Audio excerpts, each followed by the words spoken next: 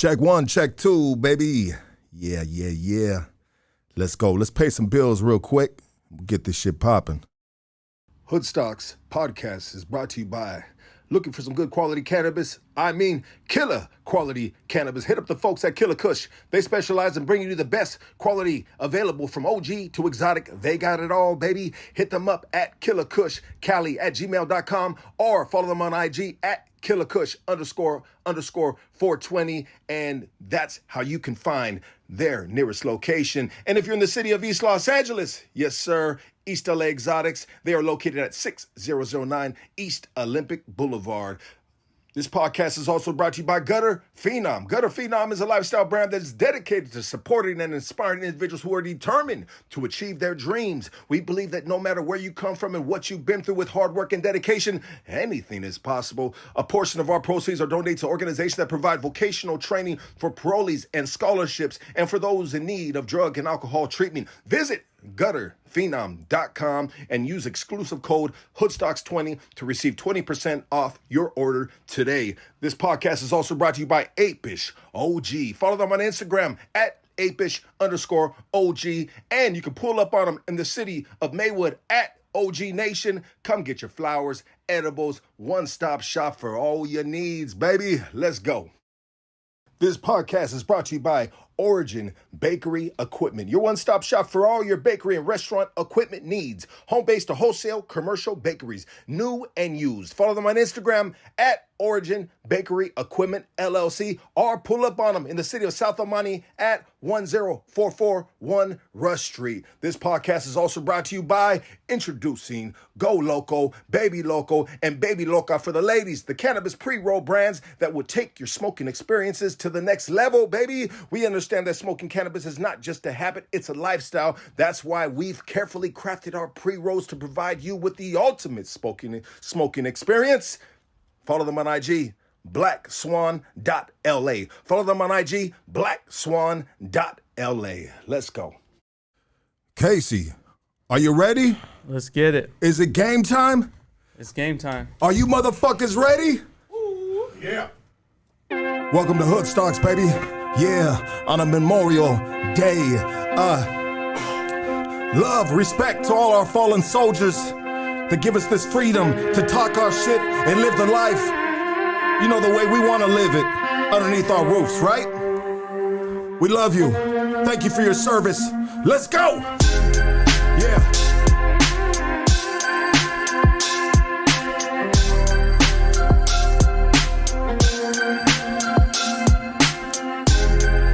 Hit that like, hit that subscribe, baby.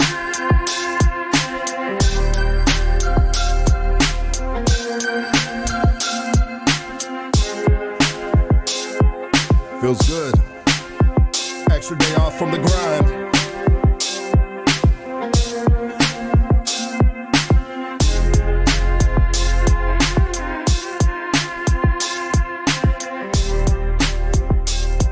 The slow fade.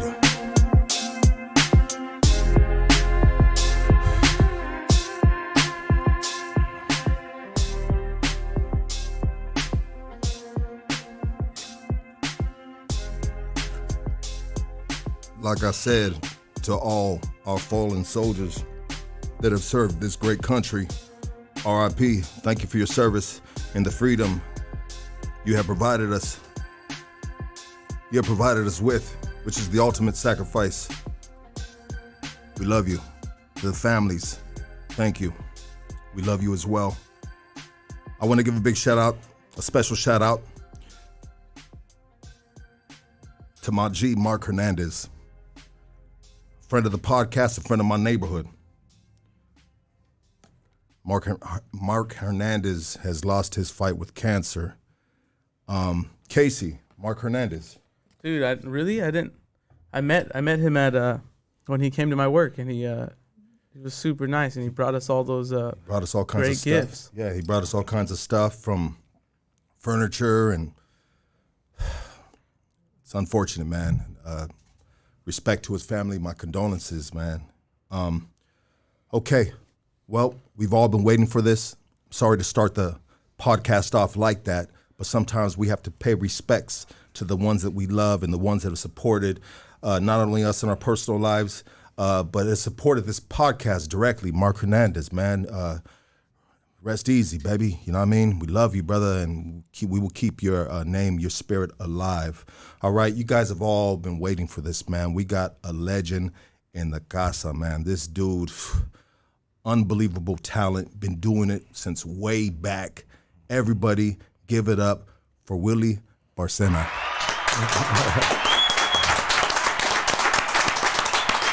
I like that, man. Sounds like there's a lot of people in here with that. That's good. Well, there actually is. We got a casting couch over there. Let's take it to the casting couch.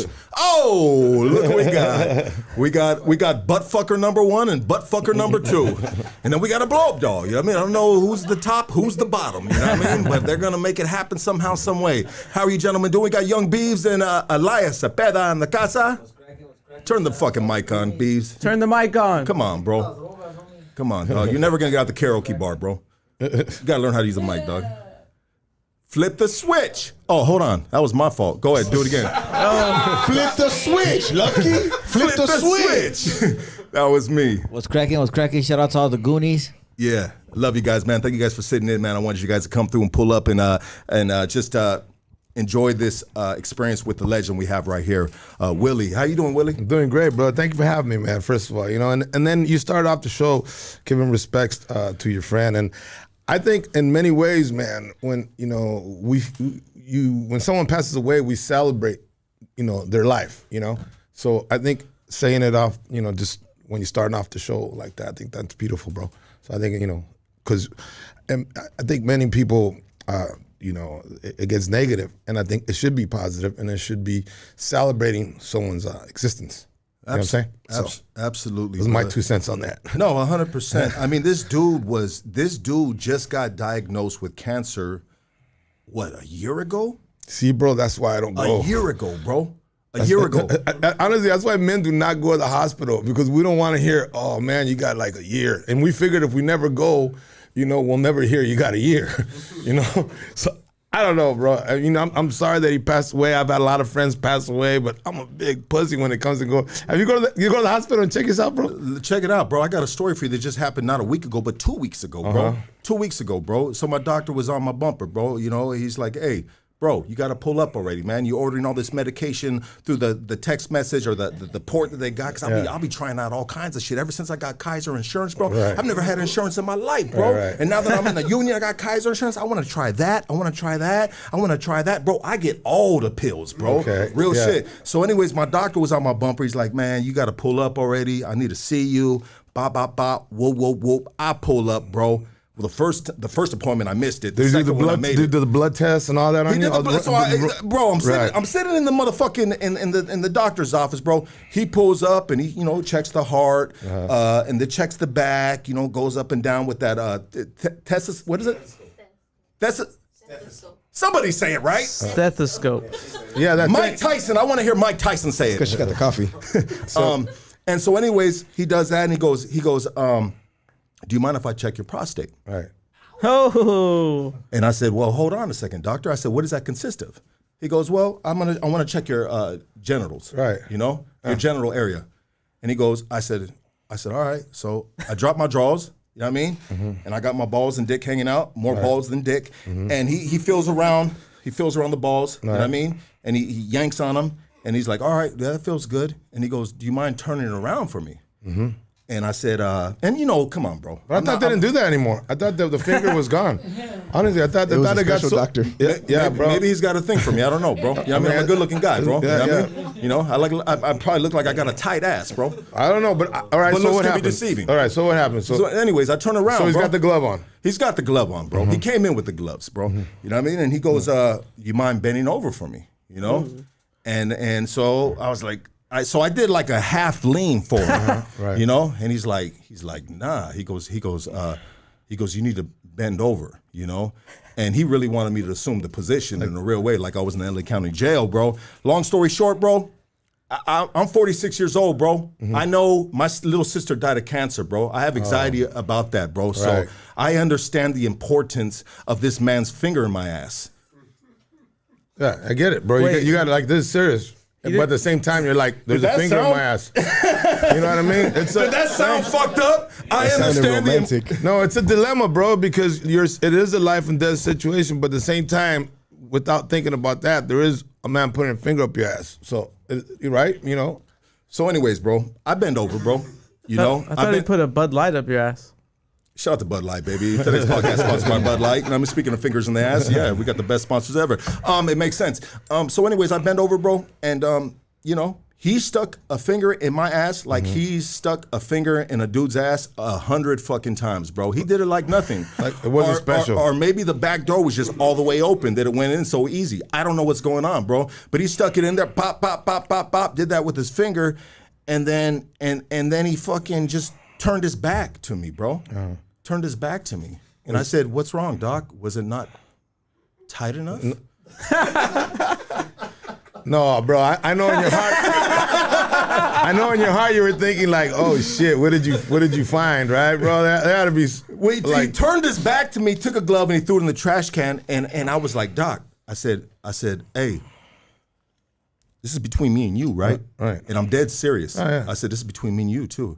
He says, "Come on, doctor-patient confidentiality." Right. He goes, "I do this all the time. I know it's not something you're used to, you know, or maybe you are, Right. you know." But anyways, I got it out the way, and I said, "Well, how's everything?" He goes, "It's good," because he said, "I guess by just sticking a finger in the ass right there, that is the prostate, Yeah. and I guess they would be able to feel." Yeah. If it's enlarged. If it's enlarged, then you got issues, right? So. I don't know why. I thought it would just be one finger. I don't know why there had to be two fingers in there. You know what I mean? Wow, bro, I've never heard two fingers, bro. I think this doc is bullshitting. Hey, bro. Hey, but my doctor's office at the swap meet, dog. Did he play an oldie for you too before you started? He said, "Oh, let me set the tone, dim the lights, dim the lights real quick." Well, I'm glad you're okay, bro. Honestly, I'm glad. You know, listen. Let's.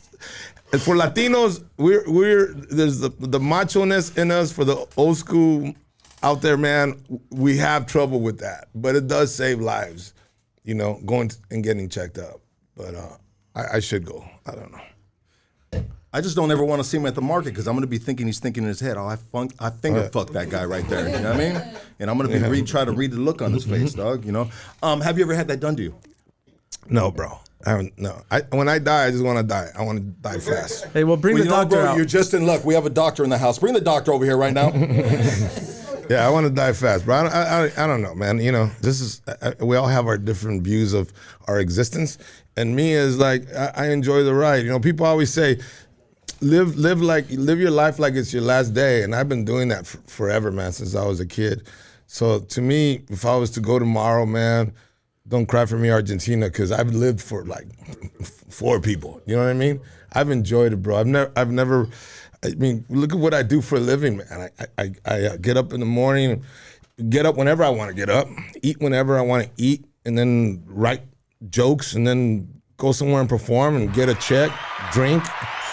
You know what I mean? You living the dream, bro. And yeah, I've been doing that for 3 decades, man. Wow. And people, you know, there's one thing. I mean, I've been around for a long time, man, and I grew up with all these cats, and I tell my audience this. I tell them, like, they say you become what you think about, right? We manifest our existence. We manifest everything in our surroundings. Like, what's what we think about is what's around us.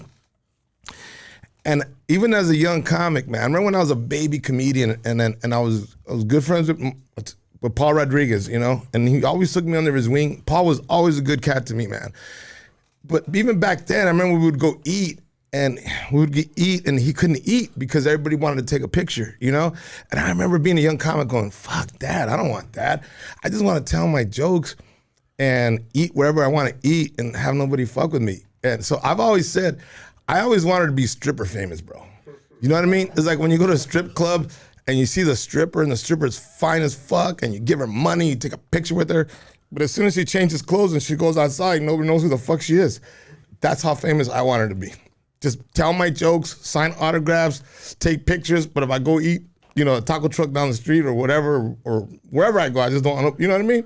I enjoy the calmness of just being. Sorry, sir, it doesn't work like that, right? you got the cold awakening that you can't just walk out and No, I'm not saying I'll be a dick. When people come up to me, I'm cool as fuck, man. But I'm just saying, for me, I think everybody has their own thing. I remember when I was a young comic and I had the Gordito used to do open mic at a comedy club. Fluffy. And I remember him as a young comedian, man. He just always, even as an open micer, bro, he would talk about fame, and I want to be famous, and I want to make money. I used to look at this little fat fucker, right? Like, this little fucking guy, man, what the fuck is he thinking? Right, a year later, he's fucking rich as fuck and famous as fuck, right? And that's what he wanted. He projected that. That's what he got. But for me, nah, man, I just wanted to make some money and get laid and drink. It's a testament, 100%. Yeah. And I think that's a life that all men want to live, brother.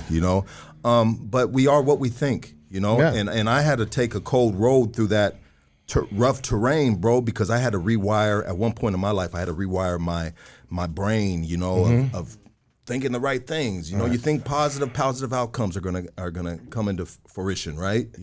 Yeah, but okay, that's a good thinking. But when what people miss in that form of thinking, which you think good things will happen, that is very true. But at the same time, you're always gonna have obstacles. And people think the minute the obstacle comes, they go, fuck it, this shit don't work.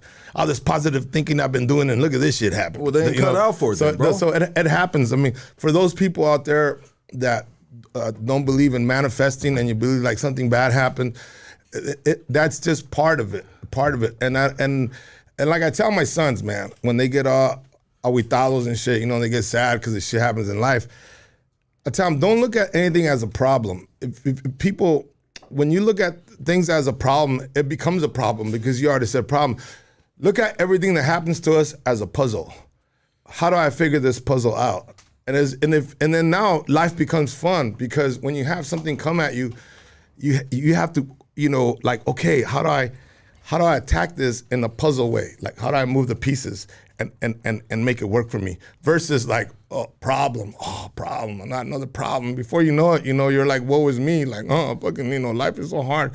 If you just say, hey, there's a puzzle here and there's a lesson with this puzzle. So that's my view at issues. I feel you on your view on that, brother. I mean, if life was so easy and there wasn't obstacles, then everybody would be at the finish line, bro. Yeah. And not everybody can go, unfortunately.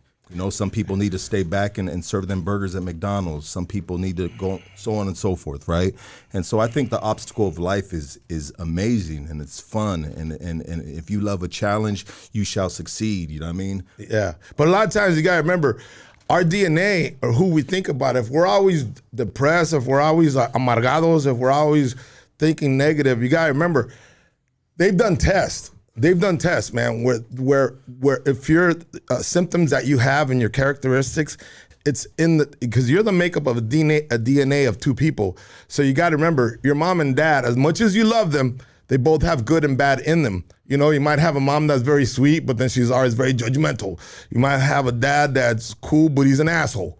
So sometimes you get both of the DNAs from the parents that are fucked up, and then you end up being like a super dick. So here's what it is. They've proven that you can change how you act if you can honestly say, this is how my father is. I have some of his traits and I don't want them. They say if you recognize the traits, you could change them. But to say things like, fuck it is what it is. That's how my father was. That's how I am. If I don't give a fuck, okay, nothing's going to change. But if you actually acknowledge that you have some of these issues, you literally can make a change in your persona, man. 100%, bro. And that other way of saying just fuck it, it is what it is. That's kind of like that's a loser mentality, bro. Right. And you're gonna stay broke, and you're gonna stay upset, and you're gonna stay saying fuck it. You're gonna have a life of fuck it's, all the way through, bro. And it could potentially be a good life. Yeah. I've had a good life at a point, a good chunk of my life of fuck it's, fuck it. You know what I mean? And I had fun as hell, bro. I fucked a lot of pussy. Yeah. I did a lot of drugs, and I committed a lot of crimes, bro. Right. And it was fun. But it seems to me, by hearing you talk, bro, that you had at some point in your life, you had a realization. You came to something that I don't know what it was, bro. You know, a lot of people call it the universe. You know, people call it God. People call all kinds of crazy names, and it's all the same thing. So I think there was a point where you had a realization. I got fed up with myself, bro. Yeah, well, I looked in the mirror, bro, and I was fed up with the person that I was looking at, bro. Right. You know, but that was a crossroad in my life, and there was other things that catapulted me into this direction that I am now, bro. But I still have a good time, bro. I mean, I didn't fucking turn Victory Outreach minister, you know what I mean? Thumping the Bible on motherfuckers. Like, nah, bro, I changed my life, but I can still have a beer. I can smoke some weed. I can eat some mushrooms, you know? We can drink some fucking tequila, doggy, you know what I mean? No, absolutely, You know, bro. some people go fucking hardcore, bro. You know, listen, brother, I believe everybody has their own journey. And for those cats, if that worked for them, to me, more power to them, bro. That obviously you're in a different state of mind. You have a different reality, and that works for you. To me, as long as you're moving forward, man, I'm like, you know, I'm like you're on the right path. Whether you're you know, knocking on doors and talking about God to people, or smoking weed, going, man, you gotta chill the fuck out, man. You know, there's a universe out there. You gotta connect. And, you know, I'm cool with that too, bro. I like it all, bro. 100%. Having a well-rounded array of friends is always good, you know? Oh, yeah, bro. You know, being around just different people and just appreciating everybody and whatever they're fucking tripping on, bro. Like, hey, that's you, bro. But let's talk about you, big dog. You know, you, man, brother, this is an absolute...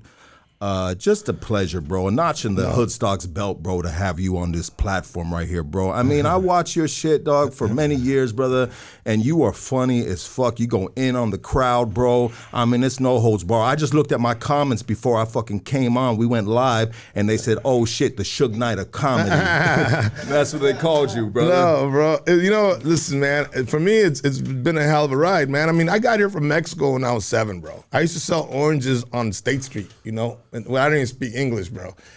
I remember as a little boy, I don't know, I was like 10, 11, and my hero was Steve Garvey, you know, from the Dodgers. Yeah, like I had a poster of Steve Garvey. Did you say pitcher? No, what, Steve Garvey? No, he was his first baseman, bro. Back First in the day. baseman, okay.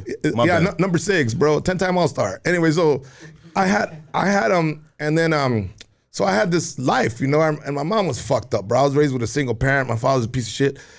My mom was fucking sick, abusive, bro. Like, you can't get, she's just abusive, bro, like physically.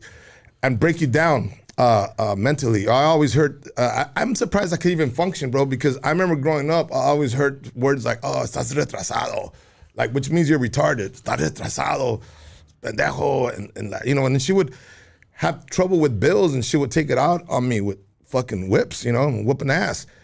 So then you fast forward, you have children, and my son playing travel ball. My oldest at the time, Willie was 14, and he was playing baseball, and we're playing, and then he's in the travel team, and Steve Garvey's kid is in our travel team, bro. Ryan, which is his second youngest, and I told which is crazy, bro. Here comes this little mojadito that sold oranges, and he's playing with the fucking guy that was his hero. You know what I'm saying? And then, and my son's a trip, bro, because I tell him, you know who that is?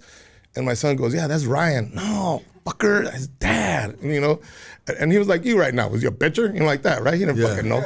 Well, no, hold on a second. Let me correct this real quick. What was playing always in grandma's and dining room? The Dodgers, bro. So check it out, bro. No, I might have got him confused with Oral Hershiser. How about that, dog? No, now we're even with that Woodstock, bro. Come on. No, but you know what, bro? Listen, man. For me, you know, the ride, you know, from coming from Mexico and it was hard for me to pick up English, man, for whatever. And now that you get older and you assess your life, now I know why English was so hard for me, bro. Because I remember as a kid, my mom would tell me to read, and I was always out stuttering all the time, right? And she would, in Spanish, it's pinche tartamudo, you know? She'd be like, pinche tartamudo. And I'm fucking trying to read words, and then she'd smack me and make you nervous. Oh, bro, it was, bro, who the fuck can read, like, thinking about, like, oh, this bitch is about to hit me again, you know? It's like a gun to the head, bro. Yeah, bro. So, you know, there's all these challenges. We're talking about challenges, puzzles. So, yeah, the fact that I could even get in front of people and put a sentence together, bro, that's a miracle in itself. You know what I mean? I mean, growing up like that, bro, and a lot of kids that were brought up in environments like that, you know, they turn it into a positive, Yeah. bro, where they can talk shit and they can see the funniness in it. Like me and my cousin, we were brought up in similar environments where we laughed about it. We laugh about it now. But what I'm saying is a lot of comedians probably have similar backgrounds, bro. Yeah. And when was the first time that you just felt that, hey, you were funny? All right, bro. I always knew I was funny because I was always talking shit, you know? But I'll tell you a story. There's a couple of times, but I'm gonna tell you one that it was like I could. This is like yesterday, bro. I was a little kid. I was like 9 or 10 years old, and I could talk shit in Spanish. You know, my Spanish was, you know, even though we came from Chihuahua, I was in Juarez as a little kid, and I don't know if you guys know anything about Juarez, but it's like Tijuana. You know, they're just fast talkers. I remember the cholos, bro. This was in the '70s. They used to pay me $1 to clean rims, the spoke rims from the lowriders.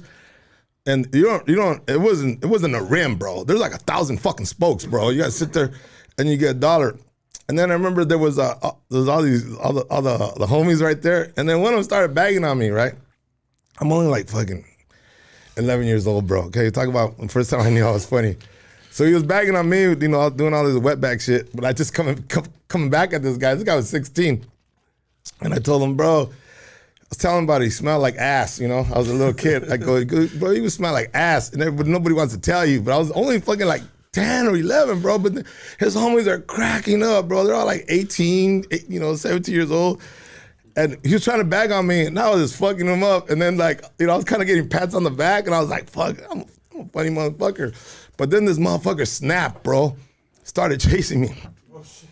And you gotta remember, back then, the homies used to wear Imperials, you know, the fucking hard-ass shoes. And I remember I ran in my house, bro, and I almost made it in. And he fucking split my asshole. I kind of like that fucking check you got from the doctor.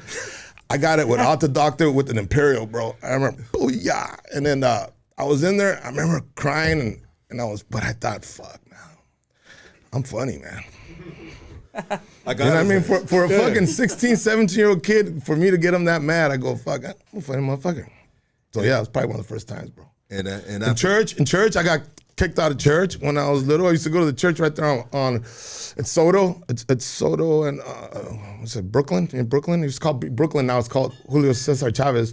Back in the day, it was called Brooklyn. Yeah. And we used to go to this church there, and I remember I got kicked out of there, you know, for they used to put us in Bible classes, and then I said something stupid, and I got kicked. I don't know. I you know, when you ask me when did I know I was funny, I knew I was funny as a kid. So you were always a witty kid. I had a smart comeback. You always had something to say, man. Yeah, bro. I did, and for a while there, it got suppressed because enough people are telling you to shut the fuck up, or hey, I got punched a couple times. So after a while, you keep your career on hold. You know, because you're getting fucked up. And then I remember I was so good at bagging, bro. And this is before all these contests came out come on television now. What are the contests where they bag on each other? Yeah, the roast battles, all that. Yeah, man.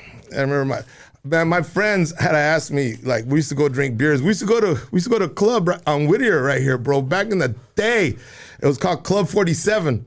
I don't know if you guys old school. Ask your mom or your dad. You guys probably were born there. It was called Club 47, bro. And my friends, bro, got to a point where like they had a meeting without me, right? We used to have bugs. We had the disco bugs. I had a 1958 rag top, bro, dropped to the ground. My boys had a Carmen Gia. We all had bugs, bro. This is back in the BT disco days. And I remember my friends, I showed up like, what's up, man? We're all gonna go to Whittier. And then they had a meeting, bro. They're like, look, bro, we want to go with you, Willie, but you can't talk shit all the time, bro. Like, it's no fun. I was like, what? I was like getting kicked out of the club, you know? I was like, yeah, Willie, because, you know, bro, you just always just make fun of us, bro, and it's just, you know, it's not even fun anymore. And I had to make, I literally had to promise my friends, bro. I go, all right, fuckers, I'll stop, all right? Fuck. Come on, let's go to the club, get some pussy. You know what I mean? Yeah. So anyways, I guess you're a stand-up before you ever even know you're a stand-up, because the reason guys become stand-up, women become stand-up, is because your friends keep telling you, man, you're a funny motherfucker. You're a funny motherfucker. And for young comics out there, man, I got one piece of advice for you guys. Why you suck balls? This is the main reason young comics suck balls, bro. I'm gonna tell you why. Because when they were telling jokes in front of their friends, when they were bagging, they were just being themselves. They were a spirit, and they were just like, fuck you, boom, boom, boom, boom. And then, so they tell them, bro, you should be a stand-up. And they'll say, yeah, you're right, man. I'm always making everybody laugh. And now you go on stage, and that spirit that your friend saw is gone. You just go on stage going, I'm the comedian. Hey, what's up? I had a friend named John, right? Anybody have a friend named John? And that's not how you told the joke. You were like John, you little dick motherfucker, right? And people lose that spirit. So for young comedians, don't become a comedian. Be a spirit. Ahí está. Sale, vale, güey. Let's go, baby. Dropping the jewels on them. Take it to the casting couch real quick. You guys get that? Man, church. That's church, baby. That's real good Church. shit. That's good shit. Yes. I don't know how many times I've told somebody like, that was way better when you just told it before you were going on stage to how you were just mic in hand. Well, this is what I thought about Tuesday. When earlier you was like, nah, this dumb motherfucker just on Tuesday was trying to eat ass. Right. You know what I mean? You gotta keep that same spirit, keep the same energy. This fool always got eat ass jokes. I don't know why. I think he wants his ass ate, bro. First of all, I want to say shout out to Willie Barcena. Thank you, brother. And I want to say, you know what? You did just drop some gems, man. That shit was I feel like everybody is funny until you have to go up there, and then they like try to be somebody they're not. Right. I get a lot of bullshit like that, but I'm like, fuck it, I'm gonna wear long socks till I die. Only fuck it, right? Be you, right? No, bro. It's like the guys on the internet nowadays. Yeah. They trolling, they talking shit, blah, blah, blah, whoop, whoop, whoop. And then they see the dude in person, bro. Yeah, they want to eat shit. And their spirit is gone. All of a sudden, they're fucking neighborhood watch, right? Like, fuck Daddy. No, bro. There's an old thing in the world of acting and comedy. They say, as an actor, and one of the guys who I always go to with acting, bro, is Emilio Rivera, and I'm sure you guys know who he is. That guy always like kicks me knowledge about acting. Like he can kick me knowledge about acting the way I can kick somebody knowledge about comedy, bro. Yeah. And not him, but years before Emilio, I had heard somebody say this. I think it was Sinbad, bro, who had said it back in the day. And it says, it takes an actor 5 years to learn to play other people, right? When you get a role, you're like, I got to play this character. And it takes a comedian 5 years to learn to play himself, because you kind of go away from yourself. But on stage, I've seen so many young comedians I'll take young comedians with me, like this kid right here that's DJ. He sucked balls the first time I had him on stage. They wanted to kick me out. He's got lips like he sucks balls. Bro, he's got fucking he's got fucking twat lips. Hey, those are big. Those motherfuckers are nice and shaved and everything, bro. Those aren't lips, bro. That's a puffy pussy. That looks like a perfect fifi to me, dog. It's a pussy with teeth. That's a pussy with teeth. That's what's up. Hey, bro, we hit a camera on that shit, dog. He look like Kermit the Frog right now, dog. He does have big lips, bro. I had to tell him, when you go on stage, dude, stop being a comedian. I believe this, right? I know we all have free thought. Now, here's me. I believe there's a power beyond us, right? We'll call it spirits. For me, I'll call it that. Until I find out what the fuck it is, I'll keep calling it spirits. And I believe we have spirits that want to help us, right? And as a comedian, when you go up on stage, Richard Pryor said, when you're telling jokes and these ideas come like just, subconscious, right? They just come out of stream of consciousness.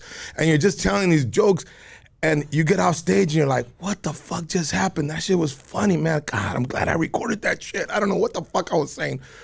They say that's the spirit, working through you. Before I go on stage, bro, I always say this.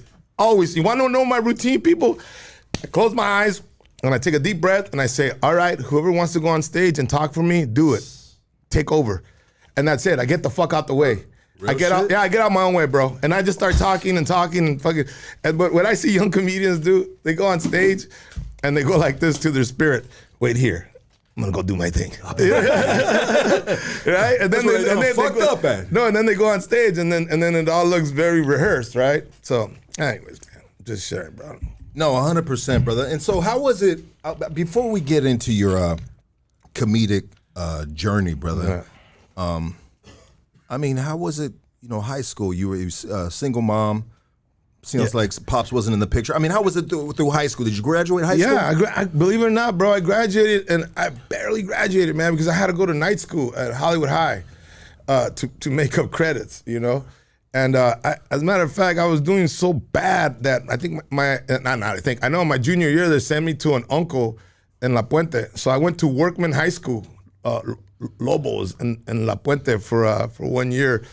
But I was always like, I was never like a bad kid, bro, but I wasn't a good kid either. Like back then it was bugs, so we would steal bugs, steal bug parts, you know what I mean? Still, we never had good clothes, so if you grow up poor, this is what I don't like about this generation of shoplifters. You motherfuckers fucking have no thinking and thought. You guys go in there and just grab shit and run out. We used to have to get creative, bro. Yeah. You gotta go in there and you act like you try it on, you look around. There's a whole fucking process, man. There's no finesse. What I mean? Yeah, there's no finesse, bro. Man. And so, that was the kind of shit I did, bro. Broke into a couple homes as a kid. Okay, I'll tell you how fucking poor we were, bro. We broke into a house with these dudes. There were these kids that grew up. They were around the Echo Park area, right? By the way, I'm not mentioning affiliations. I'm just saying they lived in Echo Park. So these guys are older than us, and they were teaching us how to break into homes, right? And we're so fucking poor, bro. Those fucking older guys that went in there and they get jewelry and shit. You know what me and my friends did? We go to the fridge, make a sandwich, bro. That's when you know you're poor as fuck, bro. When we're literally, my bro, like, dude, they got bologna, they got fucking salami, they got ham. We're fucking they don't use ketchup packets. They use the real ketchup, bro. Hey, that reminds me of an OG homie from my hood, Dennis Rascal, bro. We're on Strickland, bro. He's the oldest homie, a bunch of youngsters, bro. He gets kicked out because his wife is tired of him hanging. He been on the streets with us for 2 days already, dog. She's like, you're out. So he knows he can't go home, bro. Right. So this dude pumps us up to do a beer run. He goes, let's do a beer run, dog. Let's do a beer runs, run. Bro. So we go into 7-Eleven, we get the beer, bro, and as we're fucking running out, bro, we're like, where the fuck's Dennis at? And he's over there by the hot dog and nachos, dog. He goes, hey, dog, you want a hot dog? He was hungry, bro. So he's stealing hot dogs with the beer run? No, he wasn't even getting beer, bro. He was getting hot dogs and nachos. We were stealing the beer, and he was fucking getting the hot dogs and nachos, dog. And it was hilarious. I laugh about this to this day, dog. I gotta tell you though, bro, beer runs from my generation were easier than your generation. Can I tell you why? Yes, sir. Because back in the day, you could park, and some liquor stores had like drive-bys, like a driveway, and they would say, "What do you want?" And then you would say, "I want a 12-pack," and they put it in your car, right? And then they want the money. So, as soon as they put the beer in your car, boom, you're gone, bro. So it was easier back then. Even gas, you could put gas in and then pay. But we would fucking fill up our cars and a la chingada, bro, we were gone. Well, thank you for ruining it for us, sir. For real. Even checks, bro. Even bad checks. Jerk. No, if you wanted to write a bad check back in the day, bro, I can talk about the late 80s. You could write a check, right? And as long as you went to the Broadway, right, or I don't even the Broadway's still around, like a Macy's, right, Sears, I don't even know if there are any Sears. We go in there, if you get there after 5, you can use your checkbook once and get away with it because they had to call up the bank. The banks were closed. So all you had to do was dress nice and look the part and say, oh, Jesus Christ, really? You're not going to take my check? You know what I mean? Like that kind of shit. And they're like, oh, I'm sorry, sir. Right? And you're like, and then, you do the whole fucking scene. There's an outrage. But now, obviously, bro, there's too much technology. Now, if you're writing bad checks now and getting away with it, you're a fucking thinker, bro. Yeah. Yeah, shout out to all the Armenians in Glendale right now. You know what, bro? It must be the criminal in me, bro, to this day, though, but I still see the actions. I still see the transactions, the body movement, bro. And as soon as you said about how they used to do it back in the day, even to this day, I was just in Starbucks this morning, and I swear to God, bro, this crossed my mind. She would not give me the coffee until I handed her my card, bro. Right. You know? What the fuck am I going to do? I'm going to steal a fucking cup of coffee? You know what I mean? Yeah, but probably somebody did before you. That's why. Well, yeah, you did. Yeah, I did. You did. Yeah. That's why we got 2 fucking windows at McDonald's now, sir. Yeah. Thank you. And that's why even at night. Is that why? Yeah, even at night, if you want to buy chicken, bro, it's like the bank, right? They open up the door, like, let's see the money first, right? And then they give you the chicken. Bro, I hate when I go to and it's mostly spots in the hood, bro, and they got the bulletproof glass, bro. How can I trust these people to make my food if they don't trust the customers, thinking they're gonna potentially kill them, bro? Come on, bro, you know why. Stop, man. but I'm just but do you feel what I'm saying though, bro? Is the burger gonna be any better? Bro, I'm gonna tell you something. Yes. If I had a taco stand and you showed up at 2 in the morning, I'd be on alert like a motherfucker. All right, hey, trucha, everybody, right? everybody have the mace in their hands. Get ready. Hey, well, you know what I want to say? I want to say, because you got all these people nowadays, all these woke people, and I guess it's right, man. You got to protect the street vendors. Yeah. But hey, I'm gonna tell you like this: back in the '90s and shit. Thank God there was no cameras and all that shit, because motherfuckers were getting got left and right by everybody, dog. But yeah, absolutely, bro. I feel the same way if I walked up to my stand, bro. I feel that, dog. How's life been with you, brother? Everything's great with me, bro. I'm traveling, touring around. Like I said, I to me, my high, bro, is that my sons, I have a 27, 25, and 18, bro, boys. And the fact, to me, my high is that they still call me and they're like, hey, Dad, how you doing? And they're telling me how their day went. And that, to me, bro, if you're a parent out there and your kid left you or whatever, and go find him and be his friend again, man. Because that's my high. There's no money that can buy a relationship between a father and son, or father and daughter. If you could rate yourself as a father, I mean, have you been a good father throughout their lives? Okay, bro. I give myself when they were little, I think a 6 or a 5. I mean, because I'll tell you why. That means you weren't in jail. No. I'll tell you why, bro. Because the one thing that I miss raising them. And for you young dads, man, especially if you come from hardcore Mexicano families, we're like, no seas puto way, that one. The one thing I missed was more love, man. Just love. Shoot that bottle, yeah, dog? Just shoot the bottle. Let's put the bottle on the table for Willie. Yeah, no, love, bro, because my as, it sounds crazy, but the men in the Mexican culture don't hug, bro. Let's be honest. They don't give you a hug unless they're fucked up, right? Unless your tío's fucking loaded, then you smell them and he's like, te quiero, cabrón, right? Es mi favorito, right? But it's all fucked up. So at that point, really, you're like annoyed. You're annoyed, Thank you, bro. But as far as like Mexican dads or uncles grabbing a kid and just saying, hey, mijo, te quiero, te quiero un chingo, or give you a kiss in the cheek. That's non-existent in our culture, bro. All right? I know. I had to go to prison to get a hug, bro. And it was the wrong kind of hug, bro. Yeah, I know. It sounds. You told me about the doctor. Sorry about that, bro. But no, bro. So going back with my boys, and I've told them this now. I've talked to them. Cheers, brother. Cheers, man. Here you go. The kid Lips right here. He hears a lot of the conversation between me and my sons because we're on the road.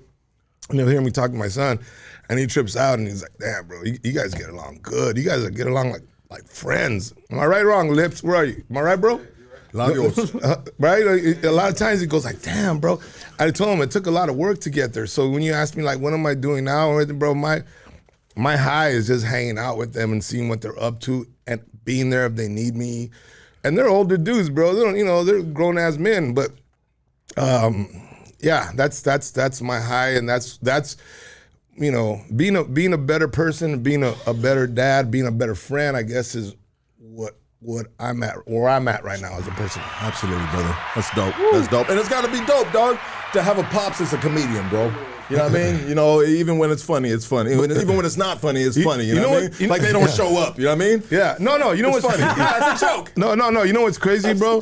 You know what's crazy is that my son, all that shit you see on TikTok and Instagram and all that's all my son, bro. He edits all the videos, puts the captions. Oh, he does all that for you? He does all. He went to college, bro. Shout out to that dude. He took Willie Jr., right? Willie Jr.? No, that's Fabian. Fabian is the one that that the second born is Fabian. Willie's the oldest. Okay. And Fabian's the one that he just graduated from San Francisco, man. Congratulations, Fabian. Played D2 ball, was a shortstop, third baseman. He pitched in college, bro. Man, for you dads and know that you get, hey dads, I'm gonna tell you something. You get excited if you have a kid in Little League and he hits a double or hits a home run. You fucking, anybody here have kids? Anybody have boys? Anybody, bro? No? Anybody? What? I do, I'm the only bro. one? No, I do, dog. I got a 23-year-old, bro. Okay, right on, Yeah. bro. So, man, when your kids play sports and they're little, you get excited, bro. I don't give a shit who you are. Man, you gotta have no heart to see your little kid hit a home run. You're like, oh, that's me, and then, but, bro, I guess the journey, even if they go to the pros, it must be, some crazy high. But I know when they were in college, man, I would watch them play and they would fucking kick ass. Looking, fuck, dude. There's like a. You feel like a sense of accomplishment. Like, oh man, my kid's doing what he wants to do. He's playing ball. He's in college. He's fucking boning chicks. You know what I mean? Check it out, my bro. I got out the penitentiary some years back, bro, right? Yeah. And my son, I reconnect with my oldest son, my son Jules, right? 23-year-old. 23-year-old, right? He's in high school at the time, and he says, Pops, come see my game. Come see my game. I said, what position you play? He says, I play quarterback. I said, all right, cool. So I pull up, bro. I get on the stands, bro. And a QB, bro. That says a lot about his character. No. Let me tell you what. He's a fucking liar, bro. Because he sat on the fucking bench the whole time, dog. He sat on the bench, bro. He was second string. He was second string. He was second string quarterback. But still, no, he was second string, bro. But man, that's the bright side of looking at it. But the way my mind works, bro, is you're a fucking water boy. And I said, bro, what the fuck? Don't ever invite me to a game that you're not playing. See, that's old school mentality. And that's why bro. I never went to another game. No, bro. I'm not okay. That situation, look, bro. And I'm not here to judge anyone. But Judge me, sir. no. But check it out, bro. When they were younger, when they were like 11, I probably would have had that attitude. I would have been like, what the fuck is this bullshit? Really? Boom, boom, boom. But as I got older and because of what we do. Well, you can't tell them good game. No, you can't. Yeah. Good game, son. Yeah. You didn't get not one grass stain on your fucking jersey. You know what you say, though? You say this, Emil, why aren't you playing? Let's break it down. And if he breaks it down and tells you the truth, man, Dad, the thing is my arm's not strong enough. And the guy who's starting before me, he just has a rifle. Oh, really, Emil? Okay, cool. Then you as a dad, you go look for a private coach that works for QBs and you take them there and you make them a better quarterback. Sir, I don't live in Calabasas. No, mama's way. Don't fucking use excuses, bro. Those are excuses, bro. You could have done that. Excuses are like fingers and assholes. Yeah. I'm next. No, I get it, bro. But that's when I realized my son is he's a liar, bro. A chronic liar. What's a liar that doesn't ever believe his lies? A compulsive liar, bro. Shout out to my son. He's probably watching right now. Anyways, bro. Am I right or wrong? Couldn't you had other options? I could have done that. I could have done that. You but could have broke his arm. No. Let me tell you this, Willie. Check it out. Everybody's saying it in the back right now. I was a piece of shit fucking dad. I was in prison on the streets, dog. Right. Okay. You know what I mean? I made other fucking choices. And so that's why I didn't have that thought process of a dad that raised this kid since a baby to be like, hey, don't trip, dog. We're gonna fix that shit. But now I'm that dude, bro. Okay. Now I'm that dude. That's beautiful, bro. Yeah. I'll give you I'll throw something at you here, bro. Your very, very first podcast. Your very, very first one. Go back to your very first one. Go ahead. Okay, to what you're doing now, because I've heard about you. Obviously, I heard about you through the grapevine, through everybody, through, what you're doing, your success, bro. But if you go back to your very, very first one, compare it, if you had to give that one a number from 1 to 10, what'd you have given your first one? Well, let me tell you this about me right here, Willie. So sometimes people can watch this podcast at 200 and whatever the fuck we're at right now. They'll be like, did this fool just start doing podcasts? Sometimes, bro, I fuck a podcast up very well, bro. But I hear what you're saying, bro. No, your first one. I'm talking about your first one. Compared to the your first one, bro. The first time the lights went on and homeboy like, hey, ready, bro? Okay, let's go. Who we I don't know. I don't. Nick, you tell me. You say it. First one from very now. First one, Nick. Very first one till now. This very first one, not till now. Just, very first one, bro. First time, that's it. The process of I was there and what I'm at now. How the way he converses with people. It's like I would say it's like night and day. Okay, really? 9 day. Thank you. Yes. And the reason you're successful, bro, is because your mind said, you know what? I don't care. I'm gonna learn this. I'm gonna get better. But if you would have had a dad walk in and seen your podcast and go, "Let's madre way, fucking, you don't even know how to talk to people." Bro, I do. shit. I do, bro. No, and that's why bro, he ain't never been here, and that's why he ain't never said it, seen it. And what you've done, what you've managed to do, bro, is to break that cycle of, okay, I tried something, I wasn't successful, fuck, I'm a loser. No, bro, you're breaking that cycle by saying, oh, I get it. Everything's a journey. You're going to fail. Man, when a kid stands up, the reason we all walk is because we fell a bunch of times. If you would have fell 4 or 5 times and your dad was like, man, fucking, you know what I mean? You got to get up, man. 100%, brother. You know what? I came in doing this podcast and I just wanted to have fun, bro. I wanted to clown like the homies do, bro. You know what I mean? You know what's so funny, bro? I just wanted to have fun. Talk shit, bro. No, I love you, big dog, but no, check this out. A lot of people think that some people, I'm not, putting you in a certain category, but put me there. Bro. No. What it is, bro. That people think that comedians are gonna that are gonna be fucking jokey, you know, like hey, jokey too. But I really believe the comedians that I know, bro, that can say some material that's hilarious and deeper. They're good thinkers, man. And I'm not saying, I'm not putting a fucking feather, myself like, oh, yeah. No, bro, you are a good thinker, sir. No, let's go. But here it is. Here it is, bro. I know you said, hey, Willie, I thought this was going to be fun, but we were talking about, I've been on podcasts, bro, and listen, respect for Be Real and his podcast, right? But, bro, I was on his podcast, and I remember him. I remember I did The Tonight Show one time. Back in the day, I did it a dozen times with Jay Leno. Carmen Electra was on the show one time when I was there, and Be Real was going out with Carmen Electra. Yeah, I remember this? Yeah, I remember that. So Be Real was in the back. Más pisto, güey. Anyway, so thank you, brother. So Be Real was in the green room. I remember, I knew him from way back then. And then I remember he did the show. We did the show with Culture Clash. Remember them? Okay. I don't know if you remember. They were on Fox back in the day, bro. Culture Clash was the shit, like in the early '90s. And so, I thought I was gonna just have like we're having, man, just a conversation, just conversing about life, And then so I'm talking, and every time I would say something like every 5 minutes, whoever worked the board would throw a laugh track, or haha, or like a rim shot, or like a rim shot, right? And that's a diss, right? No, so he's the is a diss. So at one point I go, hey bro, I said, who the fuck's doing? Because I know he has his big ass studio.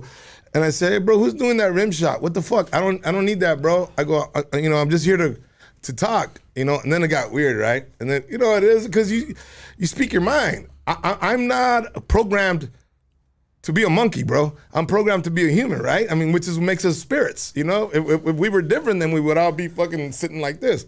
So it continued, and then I would talk, and I know I would say shit that was humorous, and his crew were just they were like this, right? They did me the same way, dog. They did me the same way. I was in there like, and they were just like, fucking, Yeah, bro. Like, what is this, a Buddha temple, motherfuckers? Yeah. I know you're the Buddha master and you smoke weed. Like, what the fuck, dog? Hey, homie, I did the same fucking thing, dog. I fucking, and I let it go, dog. And then fools, I was just like, what the fuck? And I had his co-host on my shit, and he shitted in my fucking toilet. Didn't fucking flush it, dog. And now he's all serious right here when he was buck wild on my shit, dog. I went in there thinking that we want to have a good motherfucking time and chop it up, dog. Yeah. And these fools were like some cardboard cutouts in that bitch, dog. And then I made a gay joke, and there was a gay dude sitting across from me. Why do gay dudes get offended if you suck a dick? I don't know, dog. It's a dick in your mouth, not mine. Right. I mean, I'm just saying, bro, they got offended, bro. And then we took a break, and they were like, oh, shit, dog, you went off on that. Yeah, no, and then I went on to this dude C-, and I said, bro, you're acting like my fucking hyena right now, dog. I remember that dude C-. And he got offended, bro. I said, dog, you're acting like my hyena right now. And they were all just like, ooh. no, bro, it's a trip. Yeah, no, you're right, bro, because I fucking assholes. And then at one point I said, where's the hospitality at? No, bro, at one point I said because Be Real would say something, and then they would all laugh, bro, in unison, like a choir. And I went like this, bro. Hey, bro, I go, every time he says something, you guys all laugh like monkeys, man. And then Be Real goes, maybe because when I talk, it's funny. Right? And then I just went like, all right, bro. Cool, bro. Check it out. I said cool, bro. I said a lightweight clown on Be Real, bro.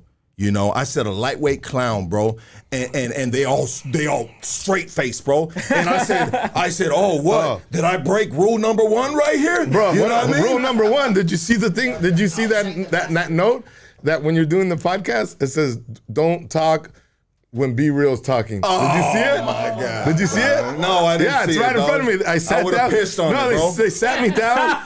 I would have shit down the way his co-host shitted on my toilet. No, bro, they sat me down and I'm sitting down and I just look up and it's right there, right in front of me. It says, "Don't talk when Be Real's talking." I go, "Oh, that's shit." not real life, bro. Now I'm thinking. Now I'm talking and I feel like I'm playing double dutch. Like, okay, when can I get in? Can I get in now? Can I get in now? Yeah. Am I gonna get in trouble? So That shit feel live? no, I don't know. It was just, I don't know how it goes, bro. But You know what, bro? It is. And It that's is, why Elias. It is. What's that? His is live, bro. Shout out to Be Real, bro. He's a good dude. And he does come on, great bro. music, bro. He does great music, bro. But we both have had bad experiences at his podcast. I wasn't bad, bro. It was different. No, we had horrible experiences, Willie. Okay. Hey, Willie, No, you you're have to not gonna agree with talk- Lucky. When No. Read the sign. Read the sign, Willie.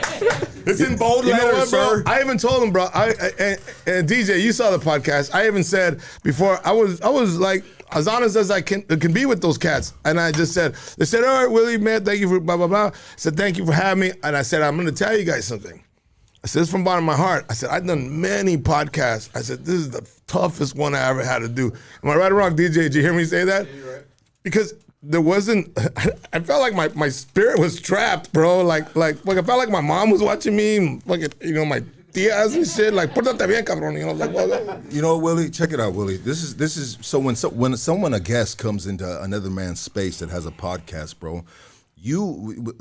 Our main objective, everybody in this fucking room right here, bro, is to make sure the individual is comfortable as possible because we want the person to be themselves, Yeah, brother. absolutely. To be themselves, enjoy the stay, have a good time, bro, and just knock the shit out the park, bro. I've had dudes that were fucking lit off methamphetamine and all kinds of other different shit, and I said, you know what? Okay, dog. If that's what you're gonna do, that's what you want to do, that's what you're gonna do. Go ahead, do your thing. It's the meth hour. I mean, you ain't smoking right here, but I'm just saying though, bro, like be you, dog. Be you, bro. I had dudes like this, bro. Hey, dog, so you know what I mean, dog? Hey, homie, fucking I kill that motherfucker.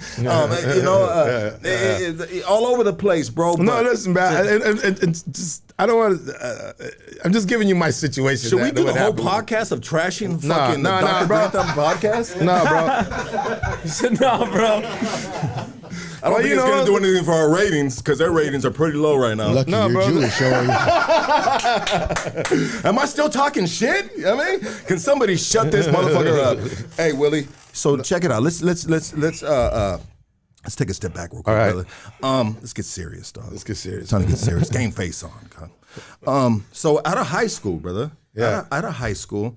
So you ended up graduating high school. I Yeah. mean, what was your goal, bro? Did All you right, have bro. All right, bro. Listen, I went to junior college. I went to LACC. I was taking classes. I was gonna be a cop, bro.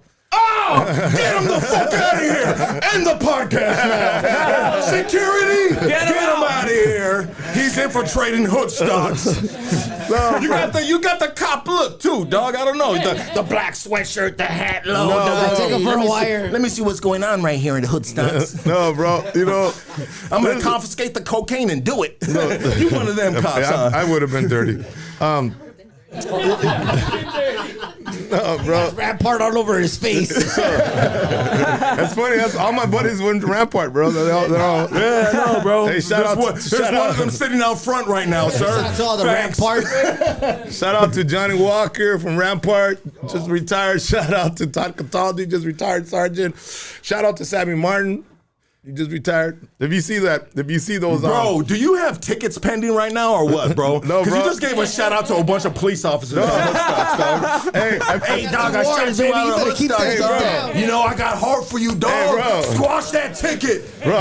bro, I played Little League with these fuckers, man. Okay, go ahead. But I could give shout outs, but I can't mention affiliations because I need both sides of the fucking, the fence, bro. So you're a switch hitter, huh? No, mames, way.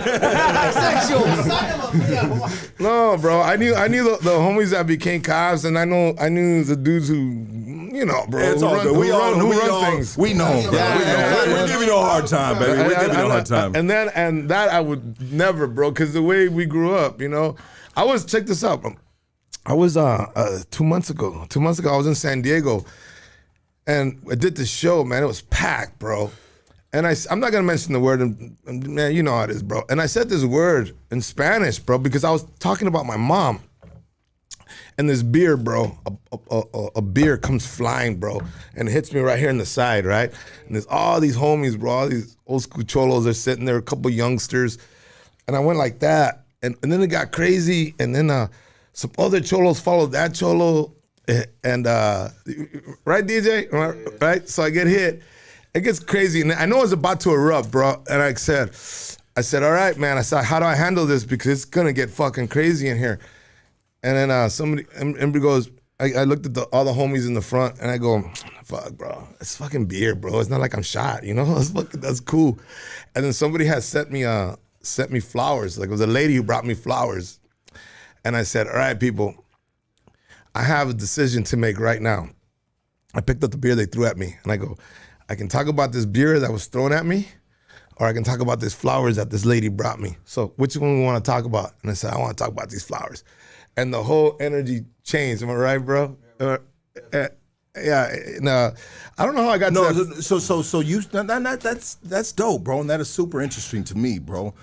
So I thought you were giving the crowd to make the decision, but you made the decision. Yeah, I did. Hey, I could talk about this beer. I could talk about those flowers. Well, check it out. I'm gonna talk about this flowers right here. Yeah. And how did the crowd react? They say, bro, all of a sudden, bro, like it's gonna sound creepy, bro, but I'm telling you, this Lips, you were there.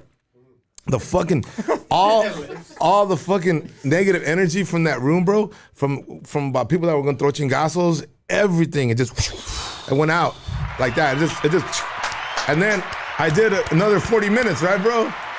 We did another 40 minutes, and I kept going and talking. But here it is, what I said about, and I know how I got into this because I didn't want to talk affiliations, everything. Bro, I was in the city, San Diego, which mad love to San Diego, man. You know, they're always good to me. I'm gonna be at the House of Blues, bro. When am I gonna be there? August 8th at the House of Blues. I said a word in Spanish that I didn't know it was derogatory to them, you know? I'm not gonna repeat it, but it was just about my mom would call me this, you know, or get mad at me for this. And I didn't know, and then the next day I didn't know, and then I got a message. You know, like you can pick up messages on Instagram, like people can leave phone messages. And there was this, I know there was an old school cholo that left a message because you could hear his voice. It goes, hey, Holmes, I know that you didn't know why they threw a beer at you. But I'm going to tell you, Holmes, it's that word you use. You know, you can't use that word around here. I'm like, God damn, bro. You know, I feel like every city I go to now, I gotta like hand out a questionnaire. You know what I mean? You gotta watch that word situation. And I hear it, and I hear you 1,000%, bro. But as a person that knows that background, bro, and knows that sometimes some words can mean something else to that section of the neighborhood, bro.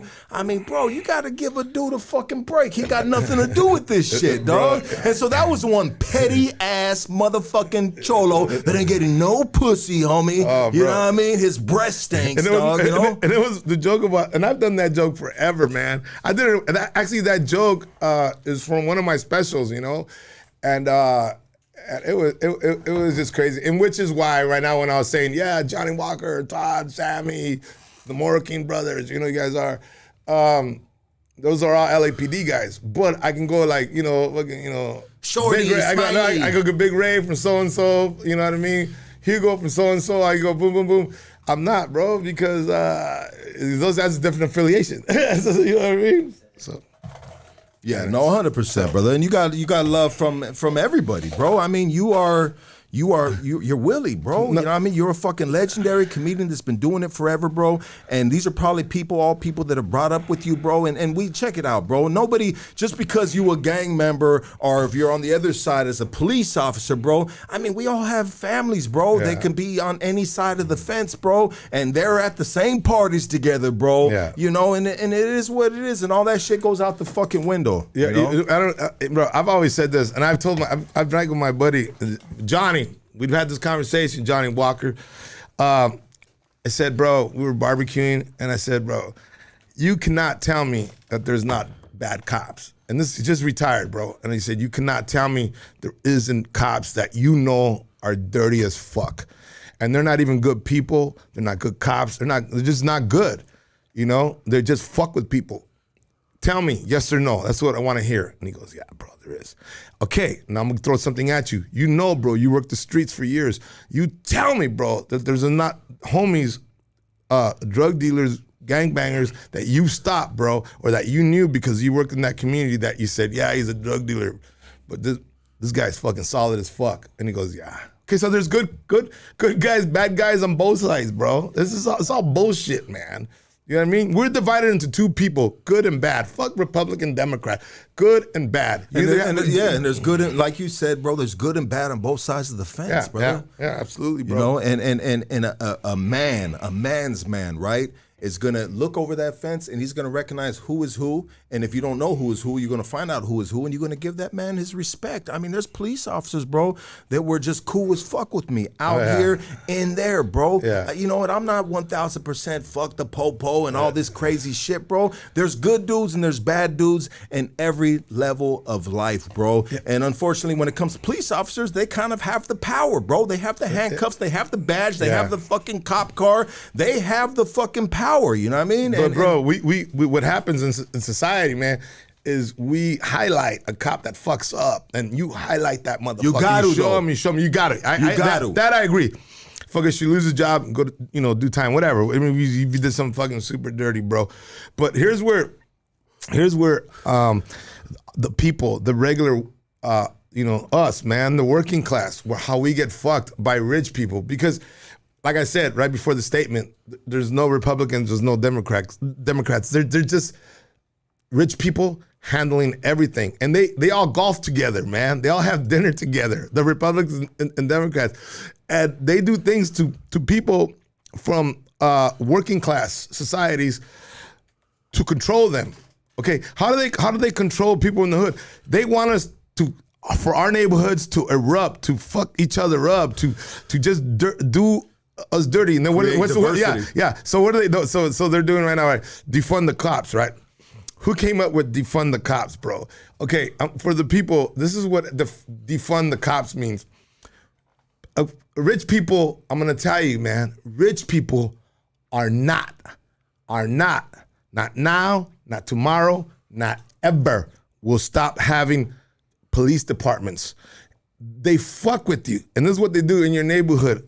They'll say, okay, let's defund the police. What they do is they take them out of the poor neighborhoods, all right? They'll take those 20 cops that were supposed to be fucking watching and they'll put them in the rich neighborhoods. But you walk around going, fuck yeah, we won.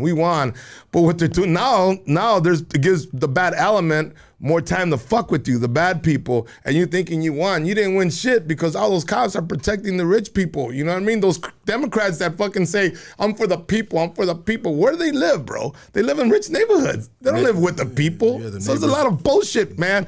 All right, boy. Facts. I had a lot The to say. neighbors with the Republicans. Facts. You know what, bro? Check it out. You know, the only politics I worry about are the ones underneath my fucking roof, the ones that I control. It really blows my mind when I see dudes, middle class, I'll call them middle class dudes, bro, that are losing their mind over all these rich dudes fucking rules and politics. Like, I get it. Shit rolls downhill, bro. I get that, bro. But what we can't control, bro, why are we going to give it all of our energy, brother? Just like when you were at that comedy club, bro. Energy is fucking key. You got to protect your energy like your motherfucking mental health, brother. You know what I mean? Energy is fucking everything, dog. You know what I mean? And sometimes we don't need to turn that news on, dog, because they're sucking the blood out of us, dog. You're getting programmed. Who's tripping? Who's going crazy? Like, bro, like, get the fuck out of here. I mean, politics, bro, and that side of the fence is not for me. I get it. It's important because shit rolls downhill.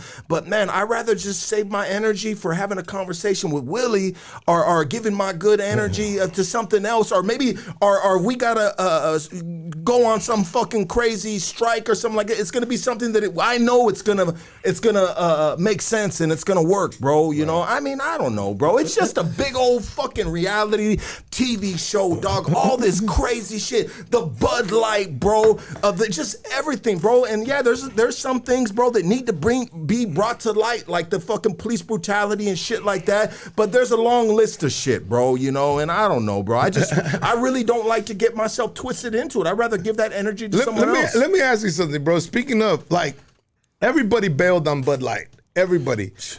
Not me. No. All right, man. No, bro. I'm just curious. Like, how did you stick with Bud Light, bro? Well, check it out, Willie. So the Bud Light thing was me just having fun with you, bro. Because I saw your Instagram post. Oh, and you and Willie drove. If you guys, how Instagram, bro? Shoot your Instagram link real quick, yeah. At Willie Barcena. Yeah, and so Willie's got a post, bro, that is fucking hilarious. So he's like, more or less like, hey, what did you do, bro? No, I just made it simple. I had a Bud Light. Like let's say there's a Bud Light, man. I had a Bud Light, and I was just like, man, fuck all that bullshit. Fucking Bud Light. Fucking turns you gay, man. People don't let people run your shit. You know what I'm saying? It's just how it is, man. You gotta stay mentally strong. You know? All right. Yeah, something like that. And he goes off on some little rant like, oh my God, that was amazing, you know? And I thought it was hilarious, bro. So, bro, we don't ever drink Bud Light here, bro. I bought this for you, bro. No, I thought he was a sponsor, bro. I was like, well, you got huevos, bro. I was like, fuck yeah. Hey, you know what? Hey, check it out, bro. But it takes huevos. Homie, the hood ain't doing that, bro. No, the hood is doing that because I was getting mad. Let me correct myself. The hood is doing that, bro. You know what I mean? But the hood is following all these backwoods motherfuckers shooting this shit with a shotgun and all this shit. The hood's seeing that, and they're like fucking sheepdog following that shit, even though damn well Bud Light has been supporting their fucking life for fucking ever, dog, in regards to alcoholic beverage. But anyways, brother, like, bro, you know what? Look, let's be honest, man. Look, I have friends that I grew up with. As a matter of fact, my buddy, man, who the first, since we were kids, we used to do all kinds of mamadas, you know, and fuck around. And first time ever I took him with me on the road was this weekend. I was in Phoenix, the theater, beautiful theater in Phoenix. And I brought my friend in. This guy worked for the city, bro. And I remember he had a cousin that was 2 years older than us, right? We were like 17, he was 19. And I always told him, man, since I was 15, I go, bro, your cousin's a puto, dog. And he's, right? And he would get mad, bro. I go, dog, your cousin's a puto, man. What fucking, don't you see that? And he's like, nah, dog, he's just artsy, you know? And then there was a homie that lived next door, bro. Hardcore homie, bro. I'm talking the khaki starch down. The one that threw the bottle at you? Bro, no different one, bro. And then he holding the Pendleton like that all the time. Yeah. And he would always go back there and go in his bedroom and close it, right? And I go, hey, bro, what's homeboy doing back there? He goes, that's his homie, bro. This is, you know, he's hardcore, dog. He hangs out with fucking, you know. And then all of a sudden, one day we're there, we're all pedos late at night. And then we saw homeboy walk in there and we're drinking in the house. And all of a sudden we start hearing like, and I go, dog. I go, dog, tell me your cousin's not a puto. I said this on stage, right, DJ? I said the whole story on stage, bro. And I said, come here, fucker. And I brought him, and I had him tell this story, bro. You know, he's never been on stage in his life, bro. He's so scared, bro. He's like, yeah, he's my cousin. Yeah, my cousin's a puto, you know. But what I'm saying is, listen, what why I'm saying this is because we were always around gay people. They're not new. Bro, then why is Mexicanos, Chicanos so conservative? They hate Trump, bro, but as soon as they see, like, and I get it, bro. I was gonna have a transgender on here, bro. I didn't know what the thing about Bud Light was, bro. You know what I mean? And they're like, oh, look, Bud Light selling out. Fuck you, Lucky. You ain't shit. Now your true colors are coming out. You know what I mean? Like, my true colors are coming out. I'm gonna have a tranny. Bro, I wanted to clown and have fun, bro. I thought it would be funny. I think chicks with dicks are funny, bro. Bro, here it is, bro. The gays in my generation, bro, they were gay, they were queer, and they were here. They're right. Hey, gay guys will beat you up back in the days. No, yeah, they threw chingazos, bro. Hey, active. No, so now the gays from my generation look at these gays today and they go, man, they act like fags. You know what I mean? Yeah. They were tougher back then, bro. I don't know. Their saying was, I'm queer and I'm here. These guys are all like, you hurt me. Different. Right? But by the way, man. Willie, do you have to censor yourself, bro? No, bro. I mean, because there's a lot of guys, there's a lot of comedians that have censored themselves. Yeah, but you know what it is being afraid to lose an audience, being afraid to lose people is when you censor yourself. And I've never been. I don't, if you don't like me and you're going to leave, fucking go, you were never supposed to be a fan or someone who liked my comedy. Listen, bro, I'm not going to drop names, but I came up with these cats that that are rich as fuck. And their audience means a lot to them. I mean, bro, as much as their family. First that's name, how much, not last name. No, that's whatever, but we'll leave that alone. Okay, a lot of these cats up there, their fans mean the world to them, bro, I can't live my life so other people can love me. I gotta love me, and that's enough, man. I love me, and if you love me back, cool. But I don't need you. Why? Because I love me. A lot of these comedians never went through that process and that pain of having to discover themselves. So their love comes from the audience adoring them. So that's how they feel. They feel that they're worthy, because when people love you and applaud and they want your autograph, your brain releases serotonin, right? All these chemicals that make you feel Dopamine. good. Dopamine. So what happens is you get conditioned to want people to love you, and a la verga, bro. I never wanted that. I'm like, look, man. So when you say that, do I? No, I don't think. No, I don't think I do, bro. I mean, I do, bro. I don't think I've changed anything. I mean, years ago, I did a joke about butchy lesbians hating me, and to this day, I still do. I do a joke about butchy lesbians hate me, and they do hate me, bro. What do you? What do I think is because butchy lesbians have masculine energy, bro, and I believe deep down. Some of them, I don't want to paint everybody the same brush, but apparently the ones that go to my shows, I believe they deeply in their heart want a dick. And so when they look at you, like, look at him, thinks he's all bad with a dick. You know what I mean? And I believe that's where the fucking friction comes in. Bro, I've done jokes about black people, Asians, everybody in front of me, bro, whites, everything. I had hardcore fucking dudes, man, laugh it up. 2 times, other than that dude that threw a ball at me, I had people wait for me outside to want to fuck me up. And both times it was those butchy lesbians. Both times they wanted to fuck. I mean, one time I was in Dallas and they were like, they were like, Willie, there's like all those women are waiting for you outside. What do you want us to do? Give me security. No, I said, They wanted to have a scissor fight. I said, call the cops, Scissor fight. Fuckers. What the fuck? Call Johnny Walker. No, bro, listen, man. I Johnny Walker, I hate you.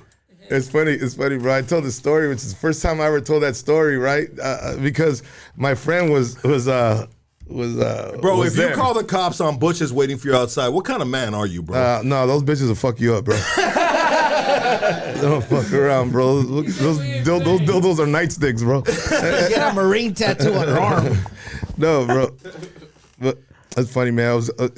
It's not a story that I told for the first time on stage this past weekend in Phoenix, because my friend was there, and I remember I was out pedo, right? This is when I was going through that. It was right after because I got declined to be a LAPD when I was already going in because I got a DUI. But after that, I was all like fucking pissed, bro. And then we went to a club. The club used to be called Shout in Baldwin Park. I don't know if it was old school shit. And I remember these fucking homies started throwing chingazos, right? And there was a young cop trying to hold everybody back. And the whole chingazos came at the young cop, right? And and I was sauced up, right? So I go, in my head, bro, you're been so fucked up in your head, you see the whole fucking scenario. I was like, I'm gonna jump in the cop car. And I'm gonna save this cop, and I'm gonna be on the news, and I'm gonna get a key to the city. I was like 22 years old, right? I jump in the car. Officer needs assistance, right? And all of a sudden, cops came from everywhere, bro. I mean, helicopter, everything came, right? And it was crazy, bro. I've never seen that many cops in my life. And then it was all pedo. I walked up to the cop. Hey, what's up, man? Saved your guy, huh?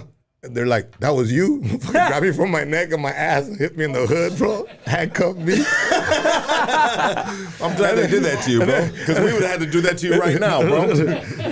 No, bro. Anyway, I was pedo as fuck, dude. You know, I thought I was gonna get a fucking award and shit. Like, I thought I was gonna run for mayor and shit. Damn, bro. That's. And then my friend jumps in and goes, bro.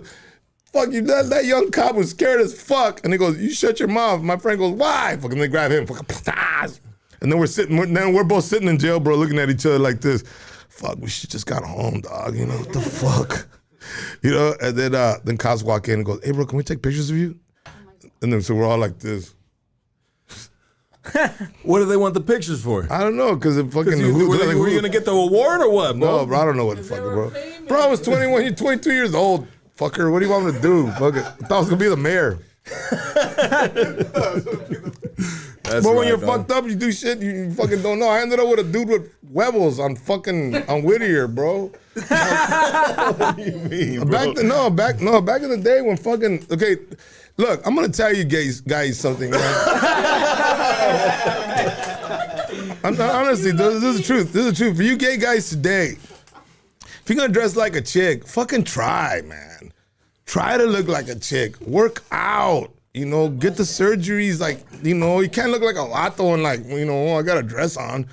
Back in my day, they used to fool you, man. How many times they fool you? Once. They got me being good. honest, sir. What happened? No, right here, bro. Fucking Club 47, bro. Okay, what happened? On Whittier, bro. I've told this many times, bro. But anyways, this chick was walking in. All my friends wanted to fucking talk to her. I fucking cock blocked everybody. Took her in the corner and I was fucking nibbling on her ear. And then I went down there and she had a little, back in there they used to wear little dresses, man, with their fucking Aquanet hair, you know. And then I went down there and I literally grabbed a bag of balls, bro. Bro, you can feel the huevitos in your palm. Like I felt the little nuts. Dutch bus. No, bro, and I was so in shock, bro. Do you know how in shock it is to get the switcheroo like that? I was, bro. I was. Did you die a little bit? No, bro. Honestly, hacky sack. no, homie. I'm gonna tell you exactly what I did. Get a little bit harder? It was hard. No, it was Pretty hard. It was a job, homie. How fast did it go down? No, bro. Here it is. Here it is, bro. I remember holding the balls in my hand, and I was like, I was in such denial, bro. I had a little nutsack right here, right? And I remember squeezing it like this, going. I wanted my mind because I really wanted it to be a puffy pussy, bro. I was like, this is a puffy pussy. There's aren't huevos. And I remember I felt the little nuts, you know. And she got ovarian cancer. And I know you're, yeah, bro. And I remember I was gonna pull them. I was mad. I want to sock this fucker up. But I thought, fuck, if I sock this fool up, pull his nuts. It's a hate crime, homie. No, not hate crime, bro. All my friends are gonna know. So honestly, bro, I let go and just walked away.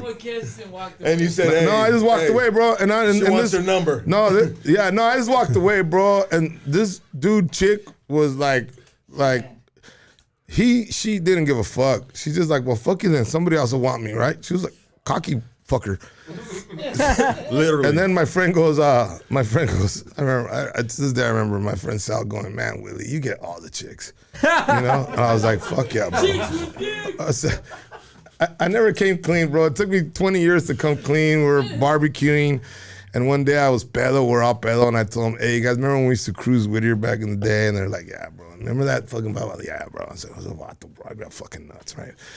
And these fuckers for years, man, they just stopped like 5 years ago, but for years, I think a decade, they were just sending me pictures of balls all the time. Like, I couldn't turn on my phone, bro, without a pair of nuts, bro. Hey, 13 years old, there's this neighborhood wino. His name's Virgil, off of 50 in my neighborhood.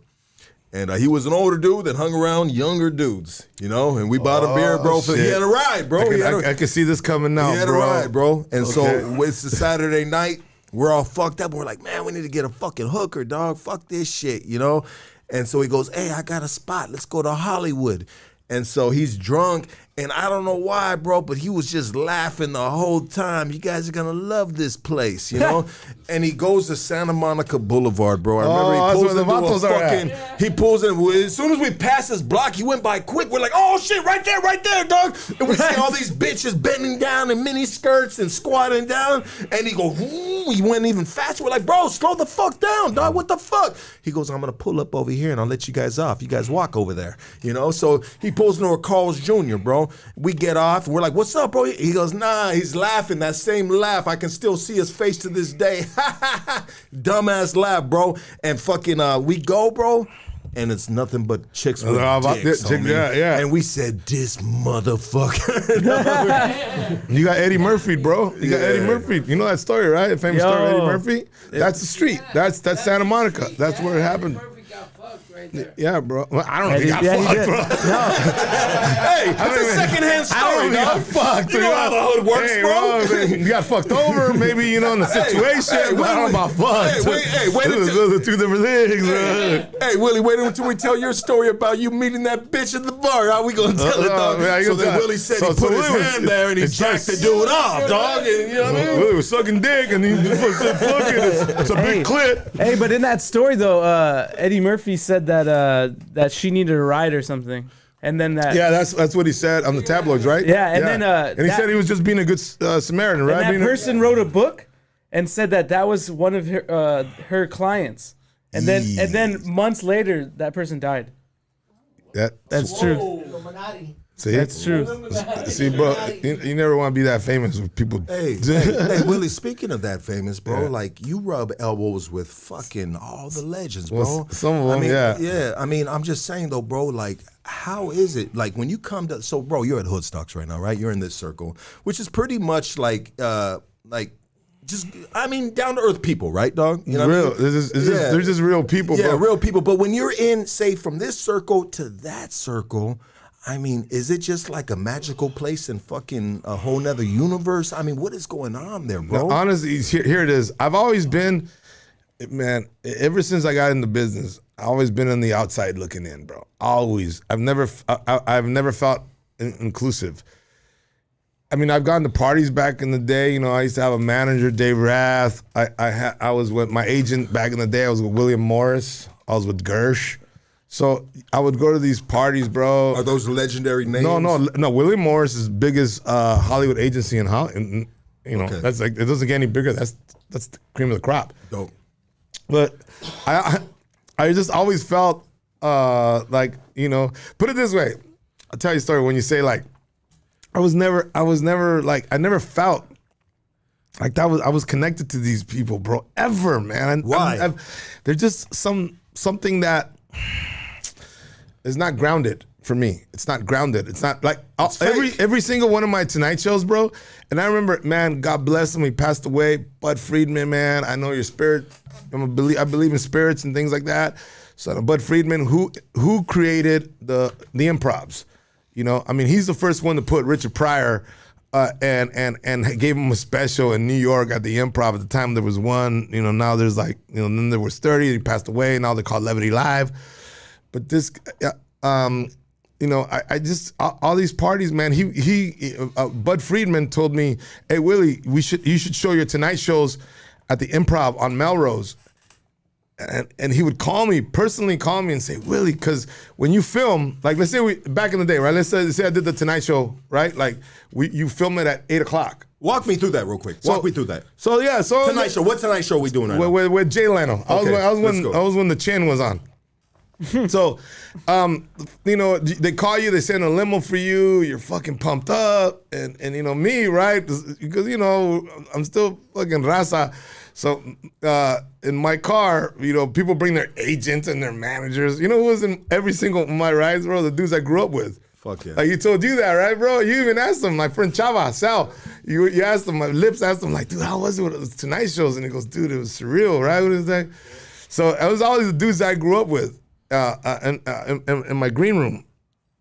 And then, so you film it at 8 o'clock. You film it early so it can hit the East Coast on time, you know? And then Bud Friedman would say, Willie, let's put the Tonight Show at the Improv on Melrose. And I would always go like, oh man, I'm sorry, bro. You know, I already have I'm doing a party. And would always be in Montebello at a club called Tortillas. You know, so I would always be there with raza, bro, just raza, and then I'd be drunk as fuck, and I'd be like, I grab the mic, and I'd be like, hey guys, I'm gonna be on like in 2 minutes, fucking be cool, right? They're like, shut up, dick, right? And then they would. So, anyways, bro, when you say what was it like, I never connected, bro. You know, not to say, because as you know, bro, as we get older and wiser, you can't paint everybody with the same brush. You know, there's people who are wealthy and famous and that are down to earth, that are real. Does that, and I hear you on that, does that stage hit different? The Tonight Show, yeah, it hit different. I'll tell you why. For us as comedians, when we're at a comedy club, our feedback is laughter, right? And the laughter gives us energy. Like it does something to us, which you guys know. When you get that laugh, there's this weight that comes off your shoulder, and like anybody who's ever said anything negative about you, what that laughter says is like, suck a dick, motherfuckers. I'm fucking talented. You know, I have a gift. Like it's a fuck you to anybody who's ever said anything bad about you. So that laughter, you get a rhythm, you know, because you go, you know where the joke's coming, you know where the joke's coming. You can even get off track for a little while and say something like, man, I'm gonna have a drink here, because you already know where you're going with this joke. Do you hear an imaginary beat in your head when you're talking about a rhythm, brother? No. I mean, I'm not like that, but I'm just saying, like, when you get a rhythm. No, when I say rhythm, I mean by this. This is what I mean by rhythm. Rhythm is where the punchline is. You know, like, I'm gonna say this, and you're gonna laugh so long that it's gonna give me time to drink, sip, relax, enjoy, and just say like, damn, I'm a bad motherfucker. Let's go, baby. And bro, that's the rhythm I'm talking about. It's not a calculated rhythm. It's just a rhythm that just happens because of the way you wrote that joke, you know? But on the Tonight Show, bro, you don't get laughter. You get claps. You know, you don't get that's how, I don't know, bro. We're all trained monkeys, man. And if you watch a comedian, you know, on the Tonight Show, on Jimmy Kimmel, any of that shit, and then you don't hear like, different. So it took me a while, like, fuck, they're clapping for it, man. Fucking laugh, you motherfuckers. You know, but I realized why. Because they have signs. They have signs that say applause.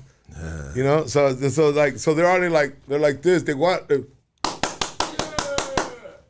like monkeys, bro. We're all fucking monkeys. We're all monkeys. We're all monkeys, bro. And all I'm saying as a human being, just be aware of the process that we're getting programmed. If you're aware, it doesn't mean you're not gonna get programmed. It just means be aware, because everything, bro. You ever notice like everything that's done on this planet now for us is fear, right? Can't eat meat. Church. Your church. Everything kills you too. Everything. You can't put deodorant. They got motherfuckers scared straight at church. Toothpaste. Toothpaste. That's another one. It's another one, bro. You can't use Listerine. Yeah, Listerine. Listerine's supposed to give you cancer now. This gives you cancer. That gives you cancer. People, fuck everybody. Listen, my ex-father-in-law is turning 90. Is turning 90 next month. Sal's mom's turning 96. She never did all this, like, she fluoride everything. All this is bullshit. What it is, people, if you listen to these fuck asses that fucking tell you, hey, fucking, when you use fluoride, you're gonna fucking die. they've done studies. Harvard did the best studies because, you know, all we are is cells, bro. We're brain cells, blood cells, bone cells. We're just cells, man. We're literally not, what you see is not who we are. You're just billions, trillions of cells that creates this. Did you know that every study that's been done with cells, man, Harvard did one where they put cells in a room and it was I forgot what cell, no, plant cells. They did. Harvard did the one with plants. They've done one with water. They did with rice. They've done many, and there's cells, right? And they put them in 2 different rooms, and they put these plants in there, and they just walk in there and then just tell the plants, "Hey, fuck you, plant. You ain't shit. You're a piece of shit. You're no good." Boom, boom, boom. And then they go to another room and they had plants and they were like, "Plant, you're beautiful. You're awesome. You're the best." And bro, fed the same nourishment, same water, everything. The plants that were yelled at and told they ain't shit either died or stumped or didn't grow. The other plants, bro, flourished. Now, bro, they've done that with our cells. We're like our cells. Like our cells from our bodies. Like when you react, when you go like this, my back hurts, motherfucking back, right? The cells in your body are just listening to you and they're like, "Oh, we ain't shit. We should break down." But if you touch it, but they've done studies where you actually touch it and rub it and say, "Hey, I know you guys got this, man. I know my knee hurts, but I know how beautiful you guys are." They get pumped up, bro. They actually can see cells move in a way with the way we talk, bro. So be careful how you talk to yourself, all right? That Bro, self-talk is important. that shit is deep right there, dog. You should hear me talking to my dick before sex. You're gonna kill that bitch. No holds barred. Yeah, fuck the pussy. There you go. That's why that fucker listens. Bro, that right there was just tapping into a whole another dimension. And I'm gonna say this, bro. With that said, we are God. You want to go there? Yeah, bro. We are God, bro. Because, okay, you go with we Get are into God. the metaphysical. We are God, and I believe there's a God or some energy. See, You're good, brother. some energy that's bigger than us. I really believe there's something that's bigger than us, because I know that when I sit and I meditate, you know, and they say when you meditate, people always think, "Oh, I gotta meditate and I gotta get these deep thoughts." And they've broken it down. Meditation is just being in silence and thinking about the things you want, manifesting, forgiving yourselves. You know, the number one reason why people get sick is because they don't forgive themselves for the things they've done in their past. And that creates illness. For us out there, man, if you done some stupid shit, maybe you weren't a good dad, maybe you weren't a good mom, maybe you were a bad friend, whatever the fuck it was that you did that was fucked up, with that holding that resentment creates the cells in our bodies from growing. So you feel bad, you know? But here it is. How do you forgive yourselves? Here it is. Go back to whatever time it was, close your eyes, go back to that time when you fucked up, and go back as now as who you are when you close your eyes. Who you are now, and go back to that age and talk to yourself. Because if you would have known what you know now, you wouldn't have done that, because you didn't have the knowledge you have now. So go back, talk to that person, give them a hug, tell them I forgive you, and you move on. And you start doing that to any part of your life that you have resentment about yourself. And you're gonna feel lighter, man. And you're gonna, 100%. Anyway, there you go. Hey, there you go. Willie, if you can think back in your life, bro, in your lifetime, that you've been able to grace this earth with your greatness, brother. I mean, what would one thing that you can think back and be like, man, I would change that? Oh, fuck, bro.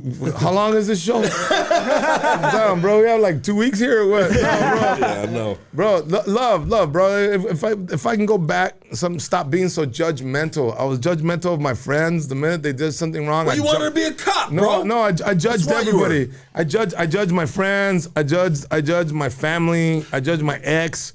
I just judged all the time instead of letting be. Well, Mexicans are good at that. No, bro. I would say Mexicans, but Biggest haters in the world. But all humans, bro. All humans have that issues. No, if I could go back in time, it would be to not judge and not look, bro. When my kids were little, when I was with my old lady back in the day, I tried to control her old school. Like, what the fuck, man? Are you looking at that dude? Fuck, you want him? What the fuck? You know? I was for old school, bro. My kids, hey, fucking put your elbows down. Fucking around. The more I try to control, the less control I had. Yeah. The more acceptance I had of like, this is an individual, man. Don't judge. If you want, you can guide, but you don't have to judge. So if I can go back in time, yeah, if I could do something, I would guide more and judge less. That would be it, bro. And that's a great, I mean, if you guys are watching right now, and I'm taking note of this too, because for some reason, you can be smoking crack and you'll still judge the other crackhead. You know what I mean? Like, motherfuckers are just. Dirty ass I don't know. patas. I don't know if it's in. Yeah, I don't know if it's in the culture or what it is. No, bro. bro, If it's in the it's- bloodline or what the fuck it is, dog. I mean, but man, bro. What stood out for me was that book by Don Ruiz called The Four Agreements. And he said, one of them he said is, when you judge, it comes accompanied with punishment. You know? Yeah. So like, let's say I go like, my friend's fucking, he's late. My friend's late, right? And the fuck is he late, man? He's always, now it comes here now. So that's the judgment. Here comes the punishment. You know why? Because he's a dick and he's always been a selfish piece of shit. There goes the punishment. Anybody, think about anybody you judge. You judge them and then you give them punishment. So how do you release people? How do you release yourself from punishing people? And by the way, when you punish, you're kind of creating bad energy for yourself. So yeah, bro. Why we get all deep, bro? No, we haven't. Bro, I am thoroughly enjoying this cry. conversation, bro. No, this shit is fun, bro. And I knew we were just gonna fucking plug this bitch in and fucking go out, bro. You know what I mean? No, homie, I have fun with you, bro, because this, I knew, like we obviously, bro, when Lips right here, DJ told me about you and everything, talked about you, told me what you did, all that, you know. I was like, wow, let me check it out, boom, boom. We talked a lot, and bro, that's a homie, bro. That's a real dude, bro. Thank you, brother. And then that's why I had I was excited about coming down here, you know. Thank you, brother. You know what, Willie? I want to do this, bro. I want to do this. I don't ever do this, bro, but I just want to do this just because you're a comedian, and I think I'm a comedian, bro. You know what I mean? Which I'm not, bro. I could never do what you guys do, brother. You know what I mean? I'm just I'm the backyard do the talk shit, right? But check it out, bro. I want to do this with you, and it's called Shots Fired or Props Fired. Shots or props, okay. Shots are props, bro. You know what I mean? And this is fellow comedians Dale. in the industry. So first, and you mentioned this dude already, but the first on the list is Paul Rodriguez. First thing that comes to your head. Good guy, bro. Solid. Sentimental. Yeah? Sentimental. He will cry like that, bro. The minute you start drinking with him, he'll think about his dad. I always go back to his dad and his mom. And empieza a llorar. He got a lot of love. No, he's his dad's, yeah. Good guy, sentimental. That's what he said. Cat Williams. Crazy motherfucker, bro. Have you ever met him? Crazy, yeah. We had the same, at one point in our careers, we had a manager that only had 3 clients. And it was Cat, it was Tony Rock, Chris's brother, and me. Only had 3 clients, bro. And I used to love to hear the stories about Cat. That's when Cat lived in South Central. And these people were like wealthy, white, rich people, bro, who don't come from the hood. And I would go because we'd have meetings and strategize on what we were gonna do. And he'd be sleepy. I go, why are you sleepy? Cat called me last night. He needed groceries for his kids. I show up, you know, and he's got a gun, and he just walks me back to his place, you know, and like he's telling these cool stories about Cat Williams, bro. So crazy motherfucker, bro. Funny, talented, genius. That dude. Those are words. That's I'm gonna describe him like that. Pimp Chronicles. Yeah. Dave Chappelle. Genius. The top. He's the top. He's number 1, bro. Why is he the top? He's a Bruce Lee. But so check it out, bro. So sometimes let me say it like this, bro. So you are a comedian in the game, right? And there's other genres, bro, that can potentially sometimes say that the top dude is not the top dude, and this is why, bro. But you were saying Dave Chappelle was the top dude. Now, I think across the country, bro, I believe that he is known as the top dude, right? No, absolutely. You know, Absolutely. but why, as a fellow comedian, that you can just put forward that respect and give him that? The balls, the intelligence, and the humor.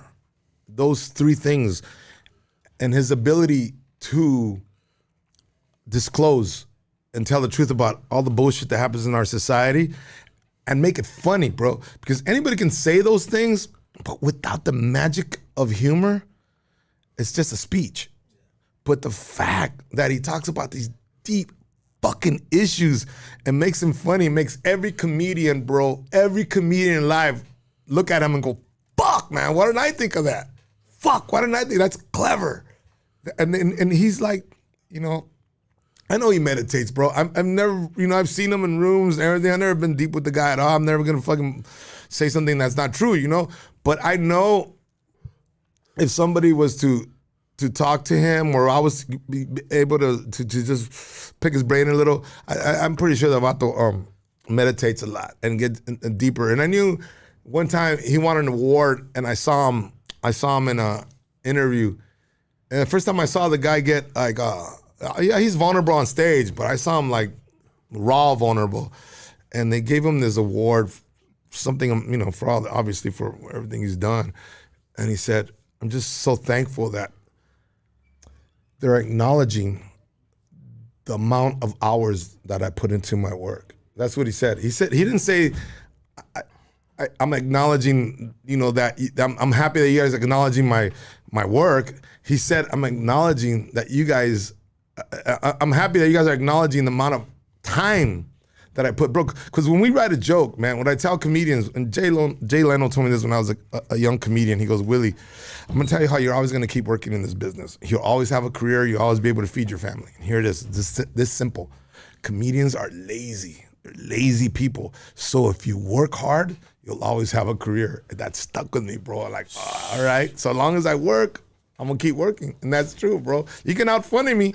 You know, you can be funnier than me, but all right, motherfucker, are you gonna put the work in, you know? So, yeah.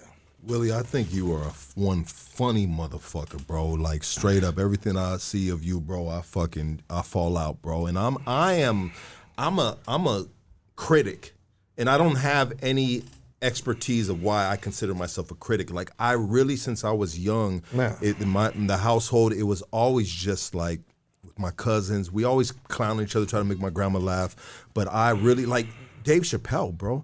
He is the like metaphorical Wu-Tang rapper of comedy, because the way he ties in the first joke to the middle joke to the last joke, bro, that is a work of fucking genius. But that's a lot of work. And I'll tell you why that's a lot of work.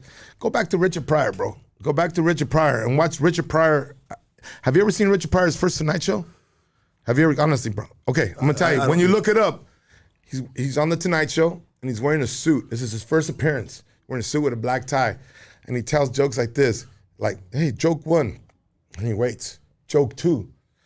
You know, it's a process, bro. As he kept pushing to being a better comedian, he went from jokes to bits, right? Now, what's a bit? What's the difference between a joke and a bit? A joke is like, bada-boom, bada-boom. Oh, ha, ha, ha. Okay, a bit is bada-boom, doon, doon, doon, doon. Like 3 tags to a joke. That's a bit. It's a bit. You know, a premise, 3, 4, 5 tags. That's a bit. Then, when you come to the realization as a person, when you come to the comfortableness of your own skin, you go from bits to stories. Yeah. So you go jokes, bits, stories. Now, what stories, bro? Stories is the fact that you can sit on stage and not say a word and just sit there. Another great fucking amazing quote from Dave Chappelle. And I saw this, man, where another comedian said the best advice he ever got from Dave Chappelle. And he said, you know, Dave Chappelle told me something when I got off stage. And he said, the genius is in the silence. And I was like, oh, fuck. And now I get it. Now, because I was starting. Because they're always looking for a laugh. They're always like, yeah, like me. Jokey, punchy punch, jokey. But when there's silence in a joke, and then I connected that with Richard Pryor when I read a book called Prior Convictions, which is the only book written by Richard Pryor, by the way. For the young comedians, go find it. You know, you have to go on Amazon or whatever, man, but you can't buy it at Barnes and Nobles or anything like that. You got to search for this book. It's called Prior Convictions. And then when he said that, when I heard Dave Chappelle say, the power is in the silence. Then I understood. Now I understand Richard Pryor talking about being a comedian is like being in a race car. He goes, you start at first, you go to second, you go to third, you go to fourth, you go to fifth, you come back down to fourth. Here comes a turn. Go back. So you don't always have to be. You could like calm the fuck down, man. Sometimes you gotta breathe. downshift. We go back to Emilio Rivera. I would send him stuff like when I was acting, trying out for shit. I would send Emilio Rivera. I go, Emilio, what do you think about this? And he goes, I love him, bro. Emilio, that's good, Willie. It's good, man. But you're not breathing. He would tell me that. Because Emilio would say, you're not breathing. He goes, because you're holding your breath in. So I started connecting that with stand-up and that with Dave Chappelle and Richard Pryor. Breathing. Relax. Calm the fuck down. If they like you, they like you. If they don't, fuck them. You know what? They gave me an email one time to send them some audition tapes for That Fool on Hulu. This fool on Hulu. And now that you're saying this, bro, when I did the audition tape that Casey filmed, I wasn't breathing. They wanted a tough dude talking shit, you know? And you know what? Maybe if I would have breathed, took a breath within it, been a little more calm, you know, but I was just like, what the fuck, bro? You know what I mean? I didn't, they never got back at me, bro. But in my mind, brother, I said, I killed that shit. Yeah, bro. yeah. I got that shit. You did. You even added. Any day. To He it. improvised. Any day, this is gonna be coming to me, you know. And bro. it didn't, bro. Why? Because I wasn't breathing, bro. I was all breath, like just. Yeah, no, I'm gonna Exhale. The book that Emilio recommended to me was by his acting coach, and I bought the audio. All right, and in the audio, like it starts out because he also was a coach for Carmen, the Cuban girl. She looks white. Carmen Diaz. Is that her name? Is she Cuban? Carmen Yeah, Diaz? she's Cuban. Yeah, she's Cubana. So I'm listening to it, and then Emilio goes, "This is the book you should have." The actor's last name is Hiller, man. I forget the name of the book, and I apologize to your people. Anyways, and he goes, and he talks about Cameron Diaz, and then he talks about, and there's an actor by the name of Emilio Rivera that I coached, and he goes, that guy came to me and he wanted to learn to act, and I'm listening to the book. Oh shit, he's talking about Emilio, you know. Cause I coached his nephew in Little League, bro. Okay. So so I've known him for a long time, bro. I've known his familia for a long time. So he says, and Emilio, I started telling him about the deepness of acting and the deepness of letting yourself go. And he goes, Emilio started crying. It's in the book, and I'm like, what the fuck? Emilio started, what the fuck? Emilio started crying. Emilio fucking, bro, you don't fuck around with Emilio, bro. I called him up. I go, dog, did you hear the homeboy says you cried? And he goes, fuck, I hated that shit.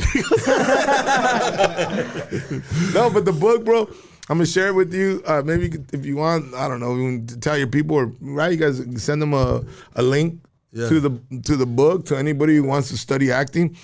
It was a book that resonated with me, and it's simplified. And it's like Albert Einstein said, right? As a teacher, good teachers teach difficult things very simple. Bad teachers teach simple things very difficult. So the guy really simplifies. ¿Entiendes? Yes, sir. You know what I mean? Roseanne Barr.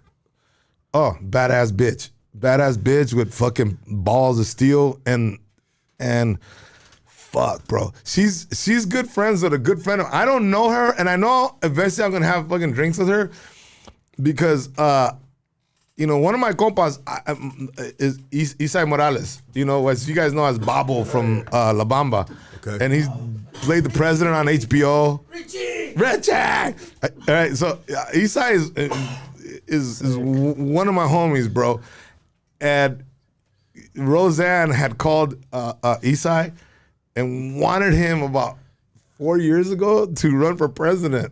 No, vice president, because she wanted to run for president. And this is like shit that's not on the tabloids. I mean, this is fucking, this is like fucking hot off the press, I'm telling you, Brian. I know Eastside wouldn't, if I say this story, he's not gonna say shit. Like, he's not gonna call me and go, fuck it, what'd you say? No.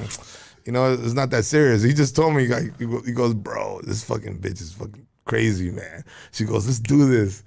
You know what I mean? She wanted to run. She wanted him to be a fucking vice president. She's bro. a fucking nut. So she's a bad bitch. She had, you know, Bobble for vice president. just like Roseanne Barr having a bad head injury at a young age.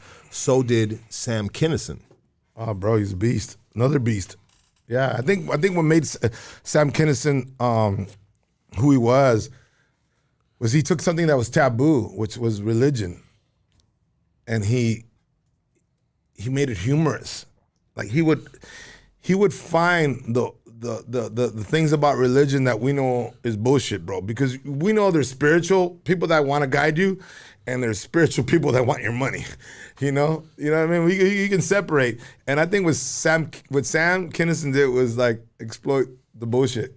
You know, because he was a preacher at one time. Has anyone ever duplicated his style? Because there's a lot of duplications, right? Yeah. In the industry of comedy, has anyone ever like come close to being like, "Hey, bro, you sound like Sam Kinison"?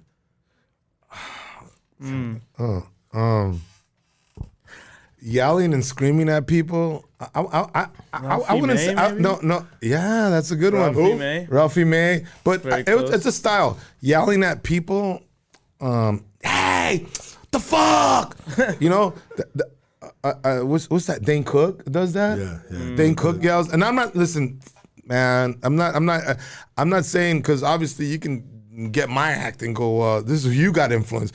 We got influenced by somebody. Everybody. Sam got 100%. influenced by somebody. So there's no. That's the evolution of comedy. There's no malice in here in my words, because respect, man. But you know, everybody got. I mean, when we're talking about guys that scream, it's like Dane Cook, with Sebastian Maniscalco, the new one, right? Sebastian, the Italian guy, fucking, you know, Carlos, obviously Mencia. Yeah. And fuck you. I got one for you, Ralph Barbosa. I've seen the kid. I like him. I like how he writes. Bro. You think he writes that all himself? I don't know. I mean, on the come up, you usually do, right? I know. Yeah, when you're broke, bro, you have nobody to pay. You know Yeah, what I mean? exactly. You know, and then once you're making money, you like, you know, fuck, everybody show up my house, motherfucker, bring jokes. But His silence is great. No, bro. I never knew about the dude, bro. Until the George Lopez. George Lopez thing. I never knew about him. Great but you know publicist. what? What do you feel about that? What's your take But on no, that? then I started watching him, and I go, this guy's got some good writing skills.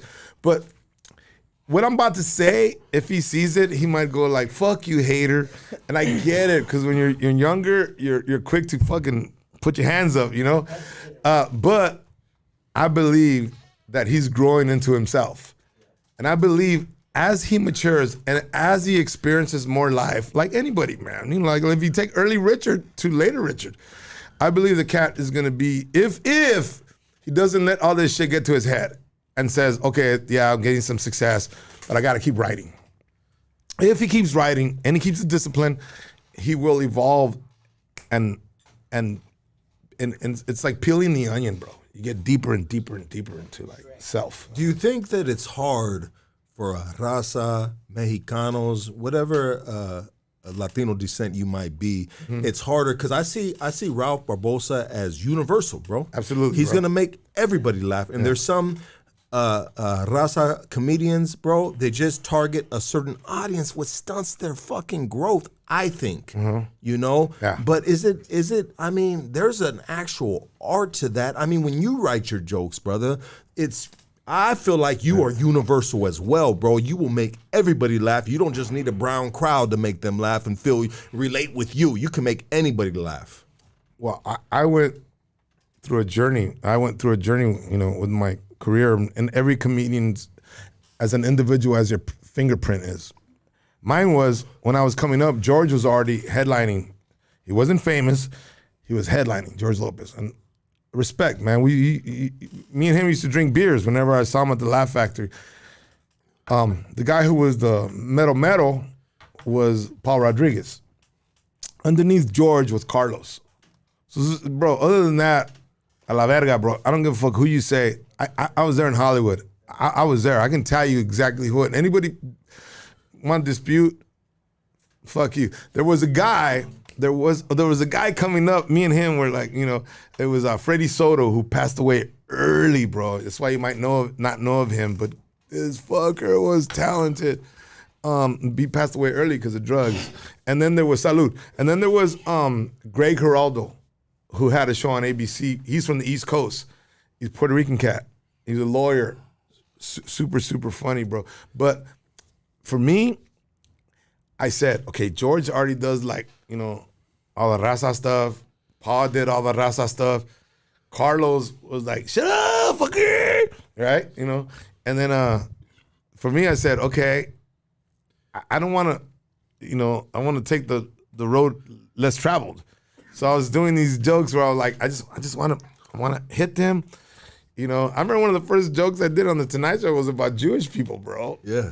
Bro, I didn't know. It's all Jewish people running that shit. Homie, I was so oblivious to how, I was just a young comedian that was naive, and I just thought it was a funny joke, and I got big laughs, bro. I'm gonna tell you something about this joke. I mean, was that still shunned on back then, bro? Like if you were in that environment? Bro, we're talking 1996, 96 when this joke is not good. It was my second Tonight Show. Here's the joke, bro. But here it is. I'm in my dressing room, and the producers come up to my dressing room, and they're like, "Hey, Willie, that Jewish joke, that one you're doing, the one?" They go, "Don't do it." I go, "Really? Okay, cool." So they leave. I'm like, what the fuck, right? Now I gotta, as a comedian, you guys know, now I gotta take a joke out and connect these other two. Like, how do I segue these two? How do I make this joke connect with that joke? So I'm like, okay, I could say this, I could say that. Okay, yeah. So in my brain, I'm fucking connecting the two jokes, bro. Yeah, don't forget, don't say that joke, boom, boom, boom, boom. Right? We're talking about how I used to write humor. So now I'm behind that curtain, bro. There's a curtain like this, and I'm behind it, and they come back from commercial, and you can hear the band play, right? The band plays. And then Jay goes, "Hey, we're back." They come up to me right before I go on stage, and they go, "That Jewish joke, go ahead and do it."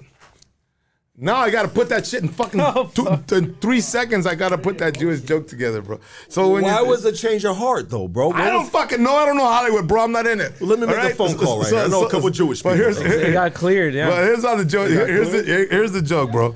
I'll do the joke for you right now. That was from 1996, right? All right. Key up the Tonight Show music. All right, here we go. So I go like this, bro. I go, "Hey, everybody. Do you know if it wasn't for a certain turn of events in our history, all Catholics and Christians would have been Jewish?" I say, "You know why? Because Jesus used to be Jewish, but he got kicked out for doing all those miracles for free." See? My God. So I was writing different even as a young comic, not because I thought I was better than anybody, because I felt like, okay, this lane's already taken.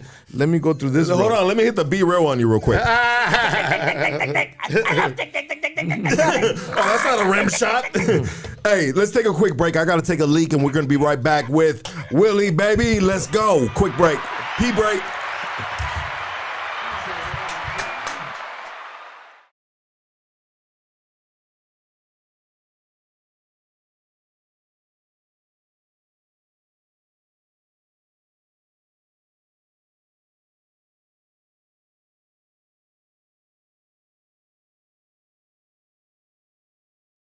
Clouds of the booth, woof, woof. Holders at the door, now they tryna run up in. I am not a guppy shark, stash everything. Dope in the pussy like a B of A deposit. Baby girl robotic, she gang bang ebonics. Hang with the wolves or you gotta pull your weight. Told the biggest tool, keep one in the chain. This is not a date, dance with the Mex, get your face in the cake. Yeah, the devil's praying to me, and I'm gonna get his way. Kept your word, boy, yeah, the devil said to me, and I can't wait to meet you one day. Yeah, I can't wait to meet you one day. Hey, hey, hey, hey, hey, hey, hey, hey. Pennies for my thoughts, I still can't make $1. Anybody home, Mr. 38 revolver. Holla, Lord, I need change. Heard you heal the hurt. I heard you kill the pain. Homie down the street, you left them dead in the dirt. Now his mama growing grays. Clouds in the skies leave tears on the grave. No smile on the face, just another t-shirt. Small funeral, see his girl when they flirt. Shit still fresh, still smell death. Bunch of drug addicts can't wait to fuck next. Let the pussy rest. Waiting on the prey like a goon in your home. It's 2 in the morning.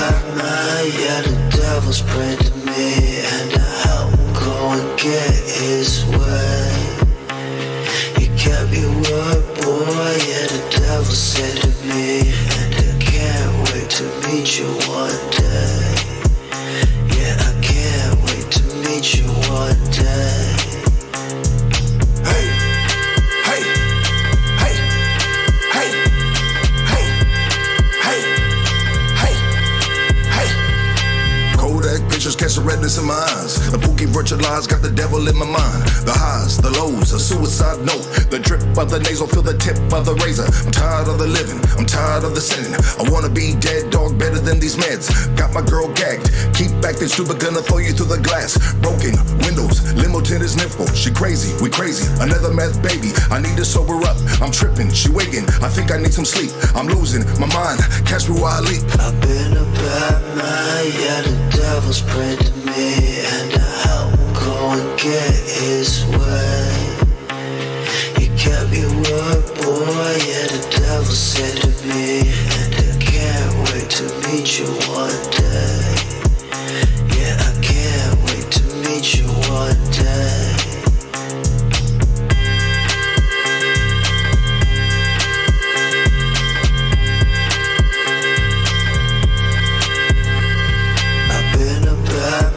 Yeah, the devil's praying to me, and I help him go and get his way. You kept your word, boy. Yeah, the devil said to me, and I can't wait to meet you one day. Yeah, I can't wait to meet you one day.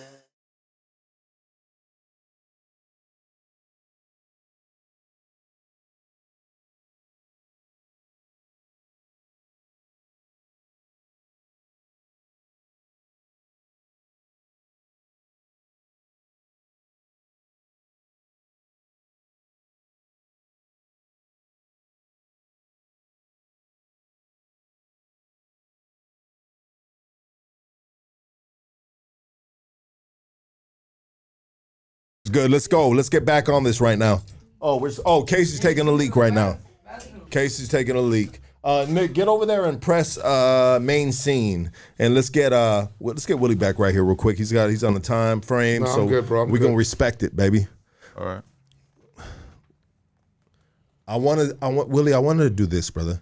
I had a couple comedians that I wanted to bring up to you because I love the craft of what you guys do, brother. Like, I listen to, honestly, sometimes, bro, I'll be at work, bro, and instead of listening to music, I'll listen to motherfuckers like you, bro. You know what I mean? Talking your shit. And it just makes me, let me ask you, I've always wanted to ask a comedian this, bro. What's more powerful, laughter or prayer? They're both needed, bro. It's like yin and yang. Okay. Because, I'm not a religious man at all, but I do believe in energy, and I do believe in, and if you got to find peace and a place where you can meditate. And I think meditation and prayer are one and the same. They just have different names. I think they're both needed, bro. I think meditation, you said prayer. I'll say prayer because you use the word. I usually don't use that word. I use meditation, but when you meditate, what's going through you? Because obviously you said it a couple of times, brother. So let's speak on that. Yeah.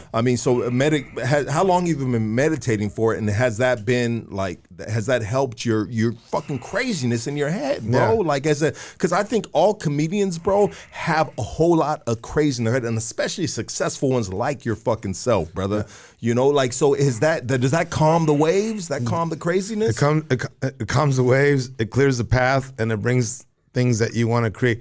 But when you meditate, man, people, if you're gonna sit down and close your eyes, and one thing we talked about, forgiveness for yourself, right? Because you got to clear the energy for things to come to you. First and foremost is have gratitude. Be grateful for things you have. I'm always grateful first. Thank you for everything I have. And then I ask. It's like if I wanted something from you, right? Let's say I needed $20 from you, bro. I wouldn't say, hey, give me $20, dog. Give me 20. That's all I need. Give me 20. No, I would like, hey, bro, I know you're my friend. You always look out for me. I'm showing gratitude. I need a favor. I need $20 from you, man. I'll pay you back. I just need $20. I'd be like, give me $20, man. No. Why? Because you owe me $20. Why? Owe me because I'm your friend. So it's not like that. And the universe is the same way. You got to have gratitude. So check it out. The first way you asked me, I'd have given you $15. The second way you asked me, I'd have given you $40, bro, and asked you if there's anything else I can do for you, dog. And that's the universe. And you're 100% correct. And that's the universe talking to you. And but is that kind of like what you get from meditation? Yeah. I mean, what kind of meditation are we talking about? What kind of meditation are you doing, brother? Look, bro, this is nothing crazy, bro. I tell my sons, share with you what I tell my sons. I mean, I know you get depressed. I know you get sad. I know sometimes you're happy. Sometimes try to keep it all balanced. Please take time to be by yourself and take a walk somewhere where no one's around, and just take that walk and be able to be yourself. You know, I know the number one reason I believe comedians, a lot of them are corny as fuck, is because writing, think about this, bro. To write is to sit by yourself, bro. No one around, bro. No noise. The only noise is in your head. So if you don't love yourself, bro, you don't want to be yourself, because all you hear is like, you piece of shit, you're no good, you're not even good, you're faking it as a comedian. You hear all this negative shit, so that's why, fuck it, let's close the book. I'm gonna go call my friend, let's go do something. Because, to create, you gotta be by yourself. And I think the hard thing that people have is to be by themselves, because they hear these negative things, which I believe when you meditate and you have love and forgiveness for yourself, it helps with that part of your life. There's another great book I'll recommend to any young comedians. It's called The Artist's Way, which this book is half a workbook and half reading. It was written by a lady named Cameron, who her husband directed the Titanic. Wow. So it's called The Artist's Way. It's an amazing book, and it makes you dig deep, bro. You want to talk about dig deep and fucking crying? The show asks you questions about your childhood and your life, and you start writing, you're like, but those things clear a path, man. If you're craving to be the artist you want to be, man, you got to put the work in. No one's gonna, like art and greatness doesn't show up like, hey, art and greatness is here. No. Fucker, go get it. People that have wisdom, people always think, oh, that guy's so wise. No, he studied wisdom. That's how he became wise. It's got to be passed down. Yeah, nobody's born with wisdom. I love that. Here we go. Salute, my G. I love you, brother. Salute, bro. Thank you, brother. I got this from, I'm not even from Texas, but the Texas people got me going like this, fuckers. It's all your fault, Texas people. Joe Rogan. Deep in the heart of Texas. Joe Rogan. I love Joe, bro. I think Joe's a beast.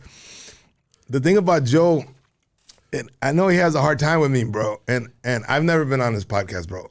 Why? But I believe, I don't know, man. Something happened, but I know we had a mutual friend by the name of Joe Camacho, and Joe was the first one to teach me jiu-jitsu. And he taught my sons. My sons fought MMA, bro, when they were little. They were fighting in legal cage fights, bro, since they were 10. Wow.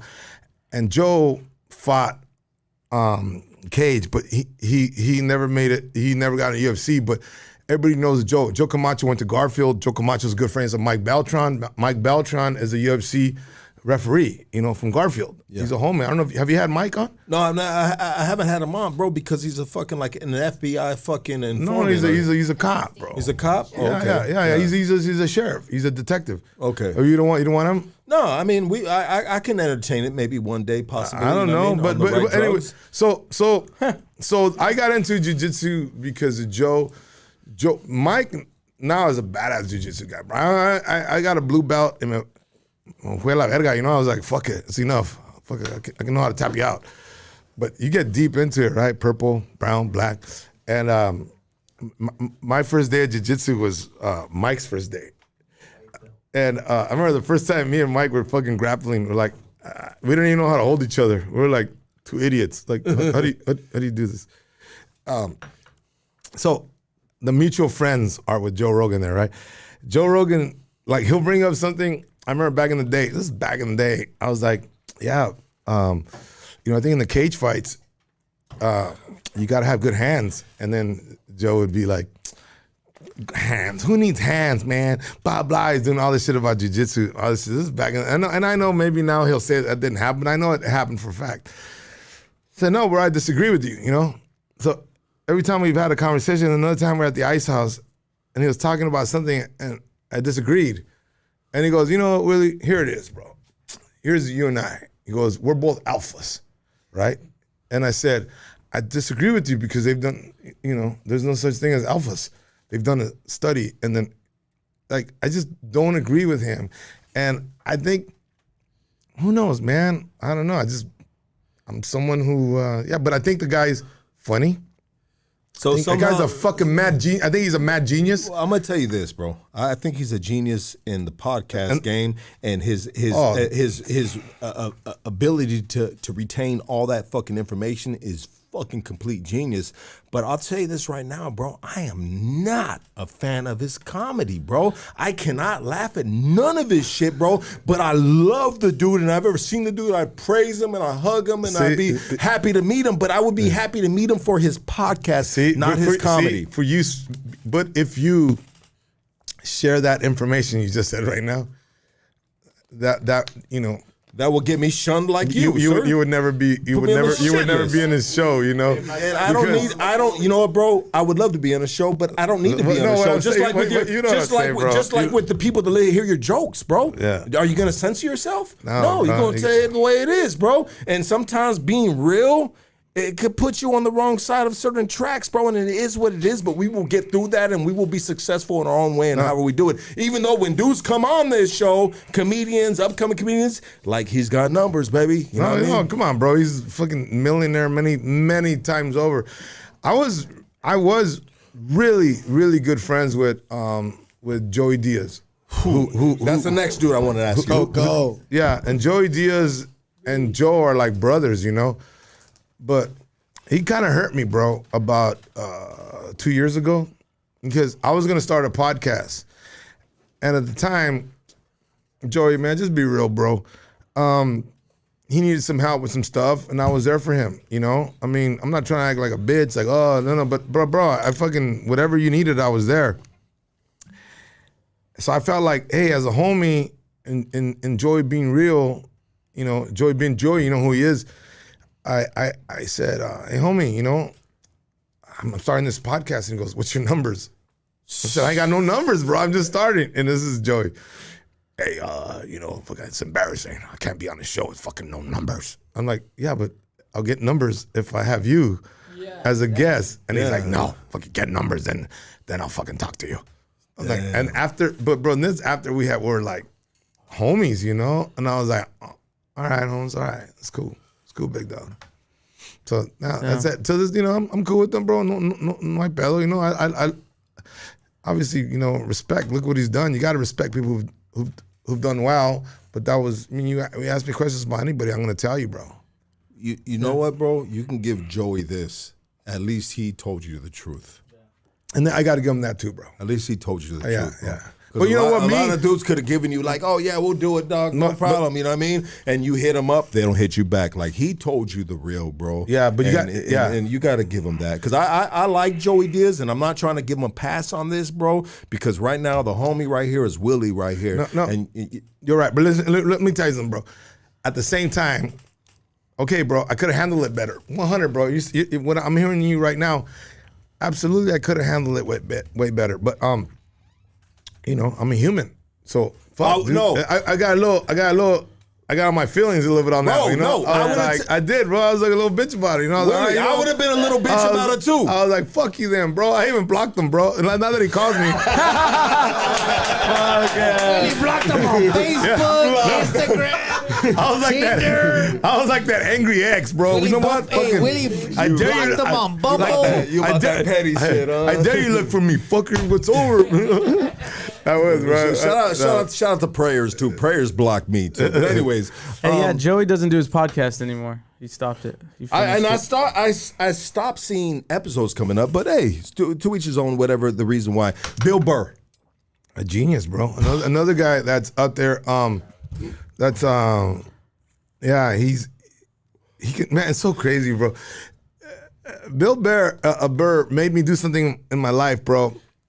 Like, he checked me without him knowing. I have a reputation, bro, for going up to young comics and going, hey, bro, that's not your joke, you motherfucker. Blah, blah, blah. Yeah, I have a bad reputation for just calling motherfuckers out, man, because I was such a stickler for writing. And one day, when me and my wife were together, she bought this beautiful puppy, man. And the puppy, when we got it from the pound. They told us it was a German Shepherd.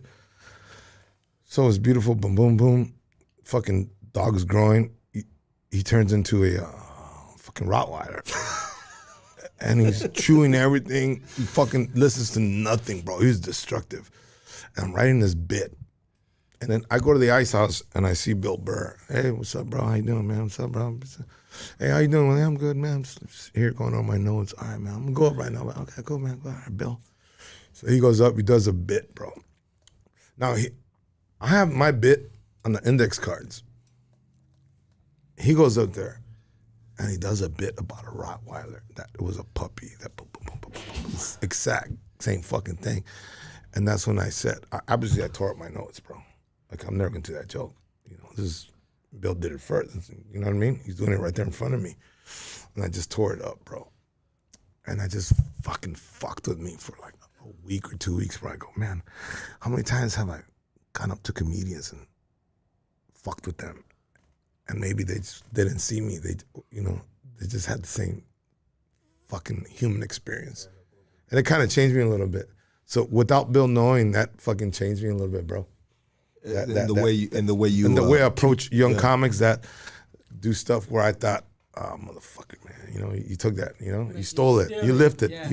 In comedy, we say lifting, you know. Joe Rogan kind of shitted on Carlos Mencia, over that shit. Like there was like a feud going on, bro. Like between them Carlos dudes. Mencia. And I believe that it really affected Carlos's career. 100, bro. That's why he got censored, though. But we got blacklisted almost. Yeah, but bro, like. But listen, man. Is within the community you're of going comedians? Back. You're literally going back 25 years ago. Within the community, bro, when someone sees like a Joe Rogan doing this to a Carlos, what is everybody on the outside thinking? Okay, I'm gonna tell you my perspective on that. Carlos did have a bad reputation, bro, for lifting. He had a reputation, no doubt, bro. I could tell him in his face. I love him. I had a barbecue at my house like 3 years ago. I invited a bunch of comics, and I told the comics, I'm gonna invite Carlos. I'm gonna forgive him. Because, okay, man, the punishment has gotta fit the crime, you know?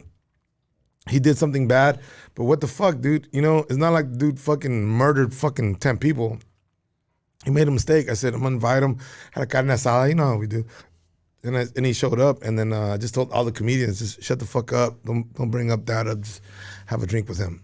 And so to me, it's like he paid for whatever he did, and I'll leave it at that. You know, whether ever he wants to admit it, that's on Carlos. Whether he wants to admit it or not, that's on him. Has he ever admitted it? No. But wow. No, bro. No. You know what it was? He was telling stories while they were telling jokes. You remember how you told jokes? He was telling stories. He was right, exactly. He was as a comedian, I know that. He was gifted, bro. Yeah. And he abused his power a little bit, right? It's like you fuck a hyena and Carlos was fucking her better. Yeah. Right? Hey, Carlos licked the butthole from the back, homie, right? And the homie was just sitting it from the front, right? I never fucking exactly. Yes, bro. You really put that in perspective, bro. No. I think you're right. He was doing it like that. Yeah, he was one upping him. Yeah, no. Carlos was licking Chiquilin way before us. Yeah, bro. No, but you know what, bro? Me and him made the peace, and it's all love. Sale vale, you know? Right? It's all good. Check it out. Last but not least, George Perez. Fucking cholo, bro.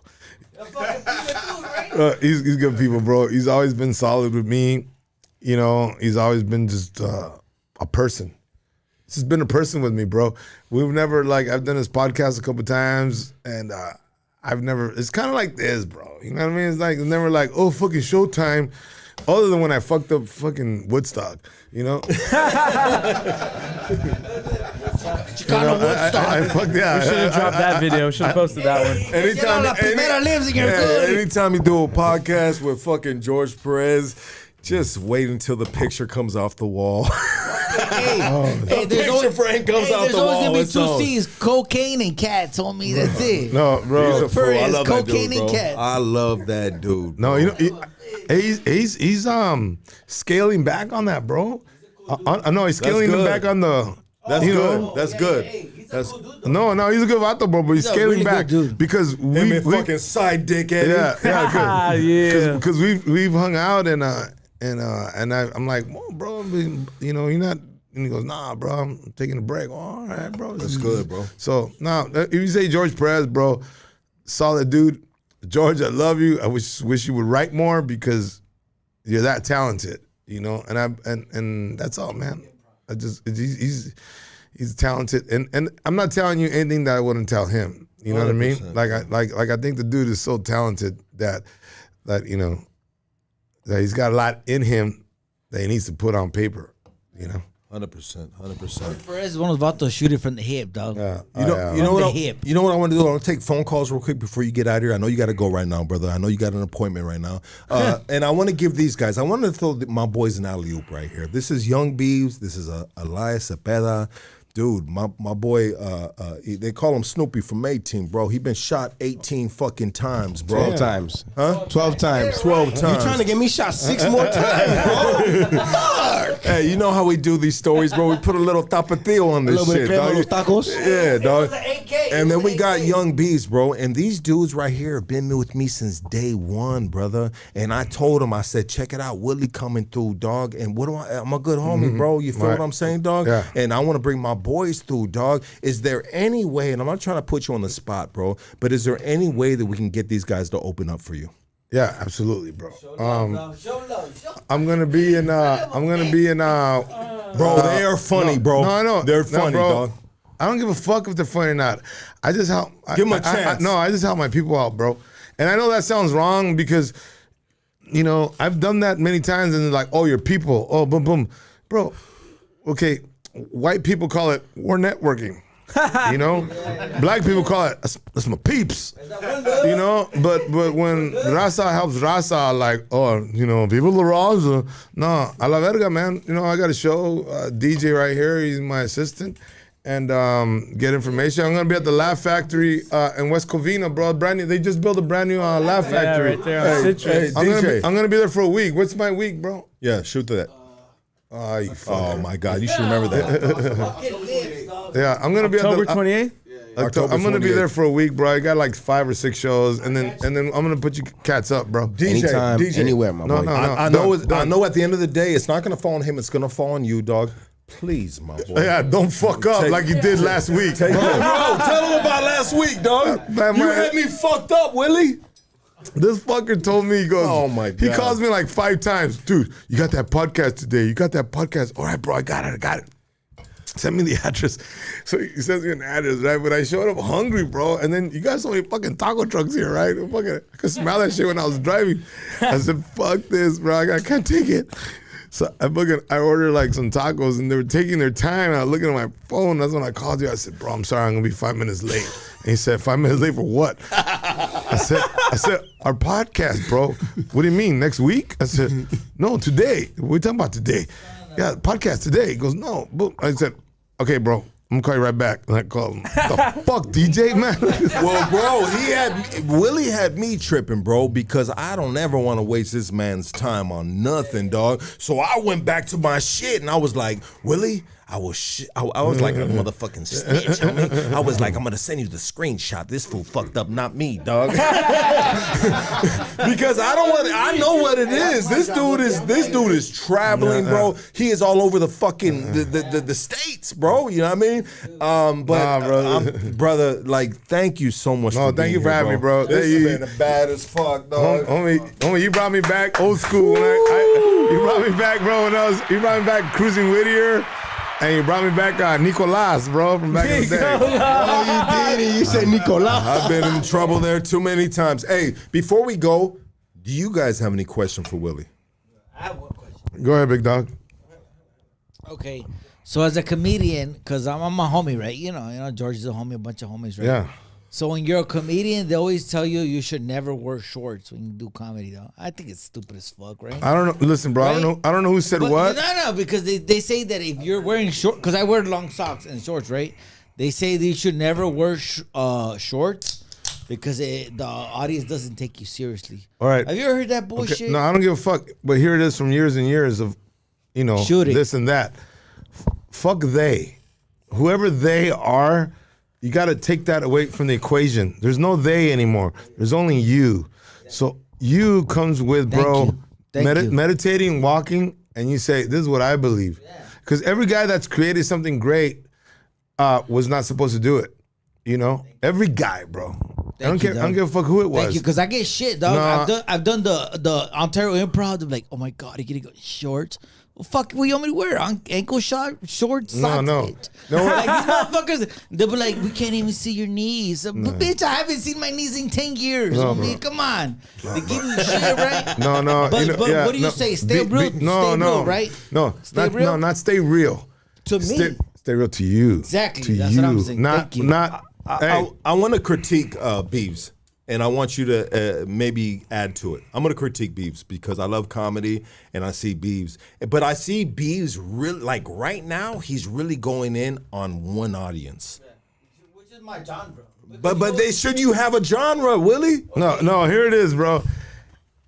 I'm going to ask you something, from the heart, and you got to tell me, bro, are you a cat that when you wake up, you say, you know what, I want to research more. I want to grow more spiritually, intellectually, psychologically. Or do you wake up every day like, fucking, this is me, fucking This is how I do it. I grew up as this, and this is who I am, right? So this is what I say. Is that who you are? Yes, this is what I love being who I am. Okay, beautiful. Okay, so I'll give you this. The way I look at it is, you can't conquer this audience until you, like, in other words, like for me to break through mainstream, I have to conquer my genre. Like I have to have that box, and the Latino box supports me. They love me, but I'm learning to do more now. Like what you're saying is branch out. And No. I wasn't even gonna say that, bro. Pichi mind reader. All right. I wasn't even gonna say that, bro. What do you mean? Because of that's No, give him back the mic. Give him back the mic. Give him back, Okay, bro. Here it is, bro. You said something great. Conquer, right? Yeah. Yeah, just conquer yourself. You're going to be fine. Yeah, exactly. that's it. Just conquer yourself. What is conquering himself? Yes. Yeah, okay. Obviously, bro, it's not in our culture because it's foreign to us. Yes. But love yourself first. Like truly love yourself. You can't fake the arts, Can't bro. fake the funk. No, you got to love yourself in a real way, bro. Everything, man. Like even like while you're overweight, you gotta ask yourself. Yes, No, a la verga, bro. Let's be honest here. No, yeah. See, he's going jokey. No, a la verga, bro. You gotta ask yourself, why do I eat like this? Why do I use food as a clutch? Because my Hannah can't cook. No. See, She know you. See, bro. Be vulnerable. Be vulnerable. Being vulnerable is you're trying to hide behind the fucking. You're trying to hide behind the jokey jokes. No, being vulnerable is just me being happy, dog. All right. Then I can't teach you, bro. No, I can't teach you. Then, teach me then. Because every time I'm saying something, you fucking come like parum. But tell me, bro. I want to know. Tell me. No, bro. Like you gotta ask yourself. Like okay, but I say it to myself, bro. Everything that I do, I'm a flawed motherfucker, bro. But the same thing you gotta say. Like I tell the audience why I drink. I tell them, and they're understanding. It's the same thing with you, bro. Tell the truth, man. Or we can call you Fluffy the Second. If you don't want to tell the truth. You want to hide? You want to hide behind the truth? We'll call you fucking. No. Willie, does he seem a little hard-headed? A lot of fucking hard-headed. Because everything I say, he's got a butt. But you know what, bro? When you're learning, These guys passing the mic. Nah, but I respect you. You know why? Because you done the time and you put in the hours, dog. I see your comedy, fool. And I like it because it lands and it lands everywhere. I look at it like, you know what I mean? Yeah, but isn't that? But we're different. Are you taking notes? You got a fingerprint and I got a fingerprint, bro. You have your style, but I'm just giving you like a chip, things like a that I chip. believe that help you grow your style. Your style. It's like when you teach boxing, right? My kids box. What is a good boxing coach says? Stand comfortable. Where are you comfortable when you stand? They don't go, put your foot here, put your foot here, lift your hand here. No, when you throw chingazos, where are you relaxed? Now we're starting. Same thing with fucking comedy, bro. It's like, you got to be comfortable with you. Not with me or not anybody else. So anyways. Elias Cepeda, let's go. Earlier you were talking about spirits. Yeah. Spirits and like what holds you back as well. Mm-hmm. You familiar with the book, The War of Art? The World of Art. The War of Art. The War of Art. Yeah. The War of Art is by a Japanese guy, correct? Stephen Pressfield. No, that's Art of War. That's Art of Man of War. Okay. Yeah, no, that one I'm not familiar with, bro. It's very good at for like competing and beating actually procrastination. So as far as the spirits go, they refer to them as like your muse, your inspiration. Okay. So you're giving yourself up to your muse before you go on stage. Yes. And procrastination, that whole force that stops you from doing, is called resistance. Okay. My question to you is, when you feel resistance the most, what do you do personally to beat the ahorita no? Right now, no. I'll do it later. What do you do to beat that? Are you talking about right before I go on stage? No, to sit down and write, to put in the work that you have to before stage, before show. Okay, like, how do I get myself to the spot of writing when I don't want to write? Yep. You got to read a book by Stephen King called. I'm gonna fuck this up, the title, but it's called something like the fucking something of writing. Can you look it up, bro? By Stephen King. Yeah. The Art of Writing or something. What's Stephen King's book, bro?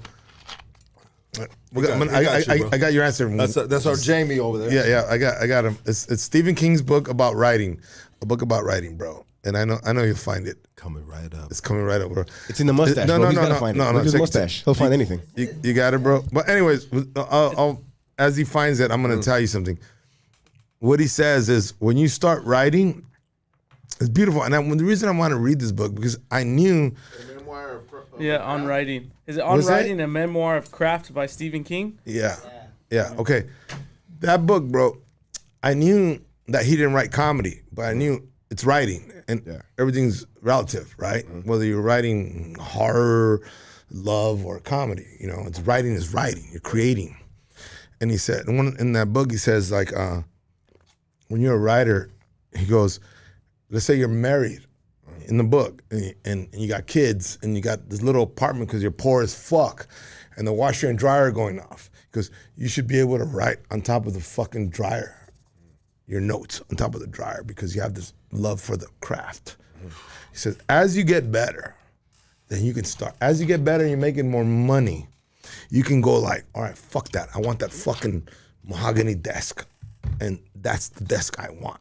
And this is my area. So, there's levels to it, right? Yeah. Like tears. But tears. What I got from reading that, bro, was there was no excuses for not writing great. So that was my. Let's go, baby. Let's go. Like the solution to procrastination is realizing there is no excuse. Well, how do you feel? How do you feel about how do you feel about my boy right here? Man, so my both these dudes are hilarious. And I support these dudes to the fullest. Like, I want them to fucking strive, survive, and fucking come the fuck up, bro. That's why I invited him here while you were here, brother. You know what I mean? Because we connect dots around here. But my boy Elias right here, bro. I mean, he's You say you it, want bro. to say? Nah, go ahead. I want you to say it. You're looking for the politically correct word. Nah. No, bro. I love him so much, bro. Lucky gets. I love him. No, he's crip. He's crip. He's you guys got me, all right? You guys got me. But it's just, it's my love and respect for him, bro. It's my love and respect for him, dog. I don't want him to beat my ass, I'm bro. retarded as fuck. No, I don't want to. Check it out, bro. Like, you know what, dog? I don't give a fuck. Check it out, dog. Like, this dude right here, I love this dude. Like, crazy style, bro. But how do you feel about that, bro? Like, he's a disabled comedian. He's not disabled, bro. He's an enabled motherfucker. I'm gonna tell you this much. I believe this, bro. This is my belief. And I'm gonna ask you something. And this could only be answered, bro. As I ask you this question, I want you to like touch your heart, not your brain. Yeah. Because I'm gonna ask you something deep. Right. And I would like to know. Because that's what I believe. And I feel because you are where you are here, even though these obstacles have happened in your life, the fact that you're here and not somewhere all drugged out in the corner, lost. I believe like something happened, right? You don't have the use of your legs, but because you spend so much time with yourself, you've become a deeper thinker, way deeper, bro. Because you had a choice. Do I feel sorry for myself? Do I boom boom? Which we all do, right? We all do it, and everybody does it, but not to the extreme of where it controls you. But the other side of it is because you have all this time by yourself, bro, you're able to analyze and get puzzles and unravel them. I believe because his situation, he's a way, way deeper thinker, bro. And this is not. I'm not trying to be humorous, but there was a show when I was a kid growing up called Kung Fu, and there was a guy who was blind, but he can hear shit that nobody could hear. Yeah. Because his senses, he had one sense that was taken away, but he multiplied the other sense. And I believe you have multiplied, your thinking process. Mm-hmm. So that's what I think about him. I think he's gonna write amazing fucking material where people are fucking dying, bro. Bro, I had a birthday party, dog, and he got on stage, bro, in his fucking wheelchair, bro. He talked about fucking helicoptering his dick, homie. Bro, Helicopter. Hey, bro, like, this dude makes fun of his own self, bro. Dude, we all have to do that, bro. Shit.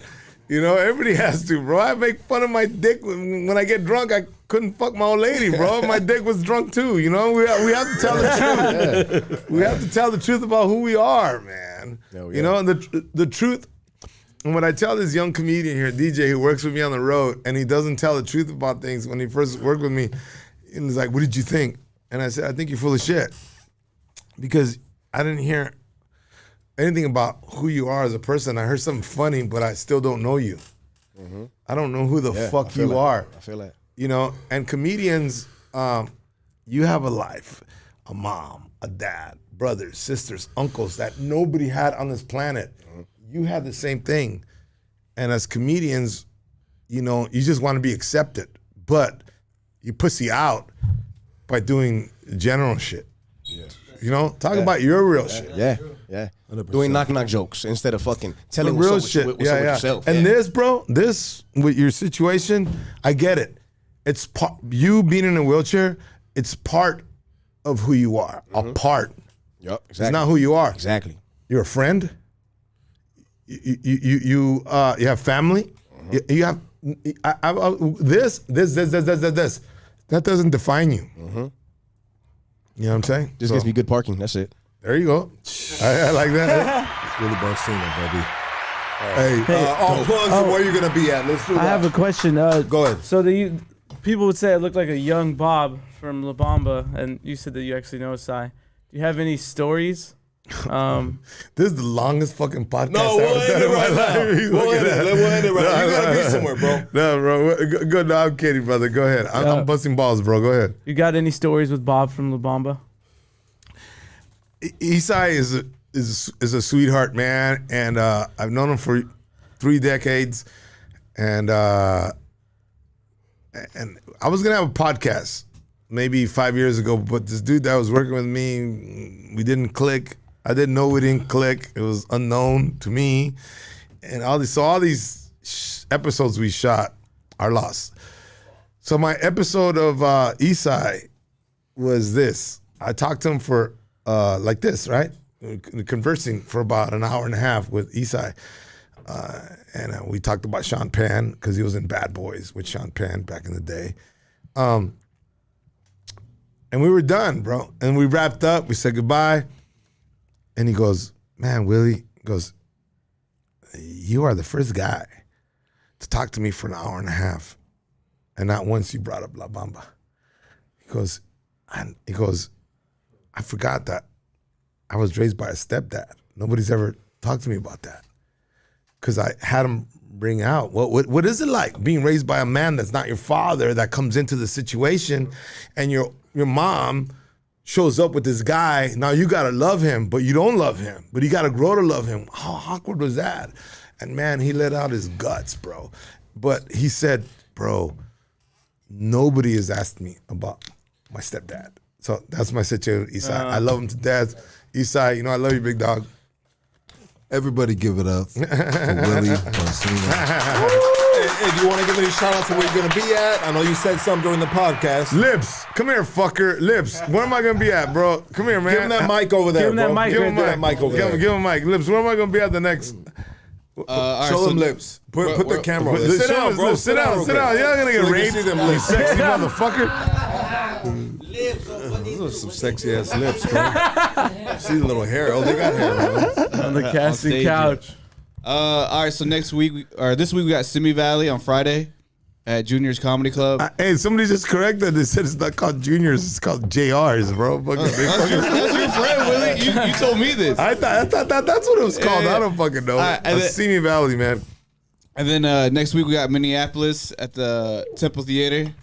Temple Theater, Minneapolis, mad love, man. And then we got Park West Theater in Chicago. Park West Theater, following Chicago. week. Chicago, man.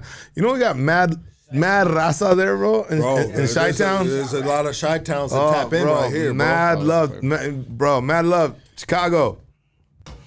Love you, but I just don't love your pizza, man, all right? I'm sorry, man. It's too much bread. I love you guys. Don't get mad at me. And then the following week we got Friday Steven's Steakhouse. Yeah, I'm doing I'm doing an oldies show, bro. Right on the street right here. Yeah. And then Riverside Fox Theater with Paul Rodriguez. And these two vatos, put them in the show. Okay, yeah. These two vatos are going to be Paul Rodriguez? Yeah. Paul Rodriguez? Yeah. And motherfucking Willie, baby? Yeah, Let's go. and these two vatos at the Fox Theater, Inland Empire. What's the date again? June 24th. June 24th. 2 shows? 2 shows? No, one show, right? Is it one show or two? It's one show. One show, homie. Hey, throw them one alley-oop and see what they do with it, baby. Hey, you're going to be like, Hey, he's gonna open it up now. What's up, big dog? No, we got this. baby. We got this, Thank bro. you, We got Willie. this. Thank you, Willie. Thank bro. you, brother. Thank you so much, dog. That's love, baby. That's No, respect, stupid love, respect, dog. respect right back, bro. Thank you, Respect right brother. back, Hey, man. dog. This has been just Willie for president. This has been absolute fucking pleasure, bro. We have a lot of podcasts here, dog, and this one right here really just like lighting up my heart, bro. And just like, bro, this is just like you an amazing spirit, brother. And you talked about bringing your spirit on stage with you, saying, hey, whatever is going to be next, like spirit step up. Yeah. I mean, brother, you are amazing. We love you, brother. And thank you so man. much. No, dog. let me just reciprocate on that, man. Thank you guys, everybody that's here, everyone that's here, man. Thank you guys for letting me be a part of you guys. And la pura neta, for those people that don't know what that means, man, that's like that's from the heart. La pura neta. Thank you for having me. This was I've been on many podcasts, bro. This is fucking badass. It's one of the ones up, the up echelon ones, right? Fuck yeah, Oh, fuck brother, yeah, homie. we love you so much. Man, I love you doggy. right back, big And I dog. knew this was gonna be what it is, brother. And I don't want to fuck. I know you gotta be somewhere right now, and I want to just keep you all to myself and hug you like a little teddy bear, dog. Love you back, big dog. You know, just hey, brother, we love you, brother. Hey, Hoodstocks community, follow this dude. Pull up to his motherfucking shit. I'm pulling up when these motherfuckers perform right here. Hey, dog. Hey, anybody that comes to Hoodstocks, you know they about the real shit, dog. And this is a real dude with real jokes, real comedy, real life, dog. You know what I mean? He been through the grime. He been through the fucking struggle, and life wasn't motherfucking easy. And he raised up. He raised up with good fucking energy. Have good energy. Yeah. Meditate if you have to. I don't know. You know what I mean? Meditate, pray, whatever, bro. Yeah, it's all whatever. the same. It's all, whatever it's all works one and for the you. same. Yeah. Hey, everybody, give it up for Willie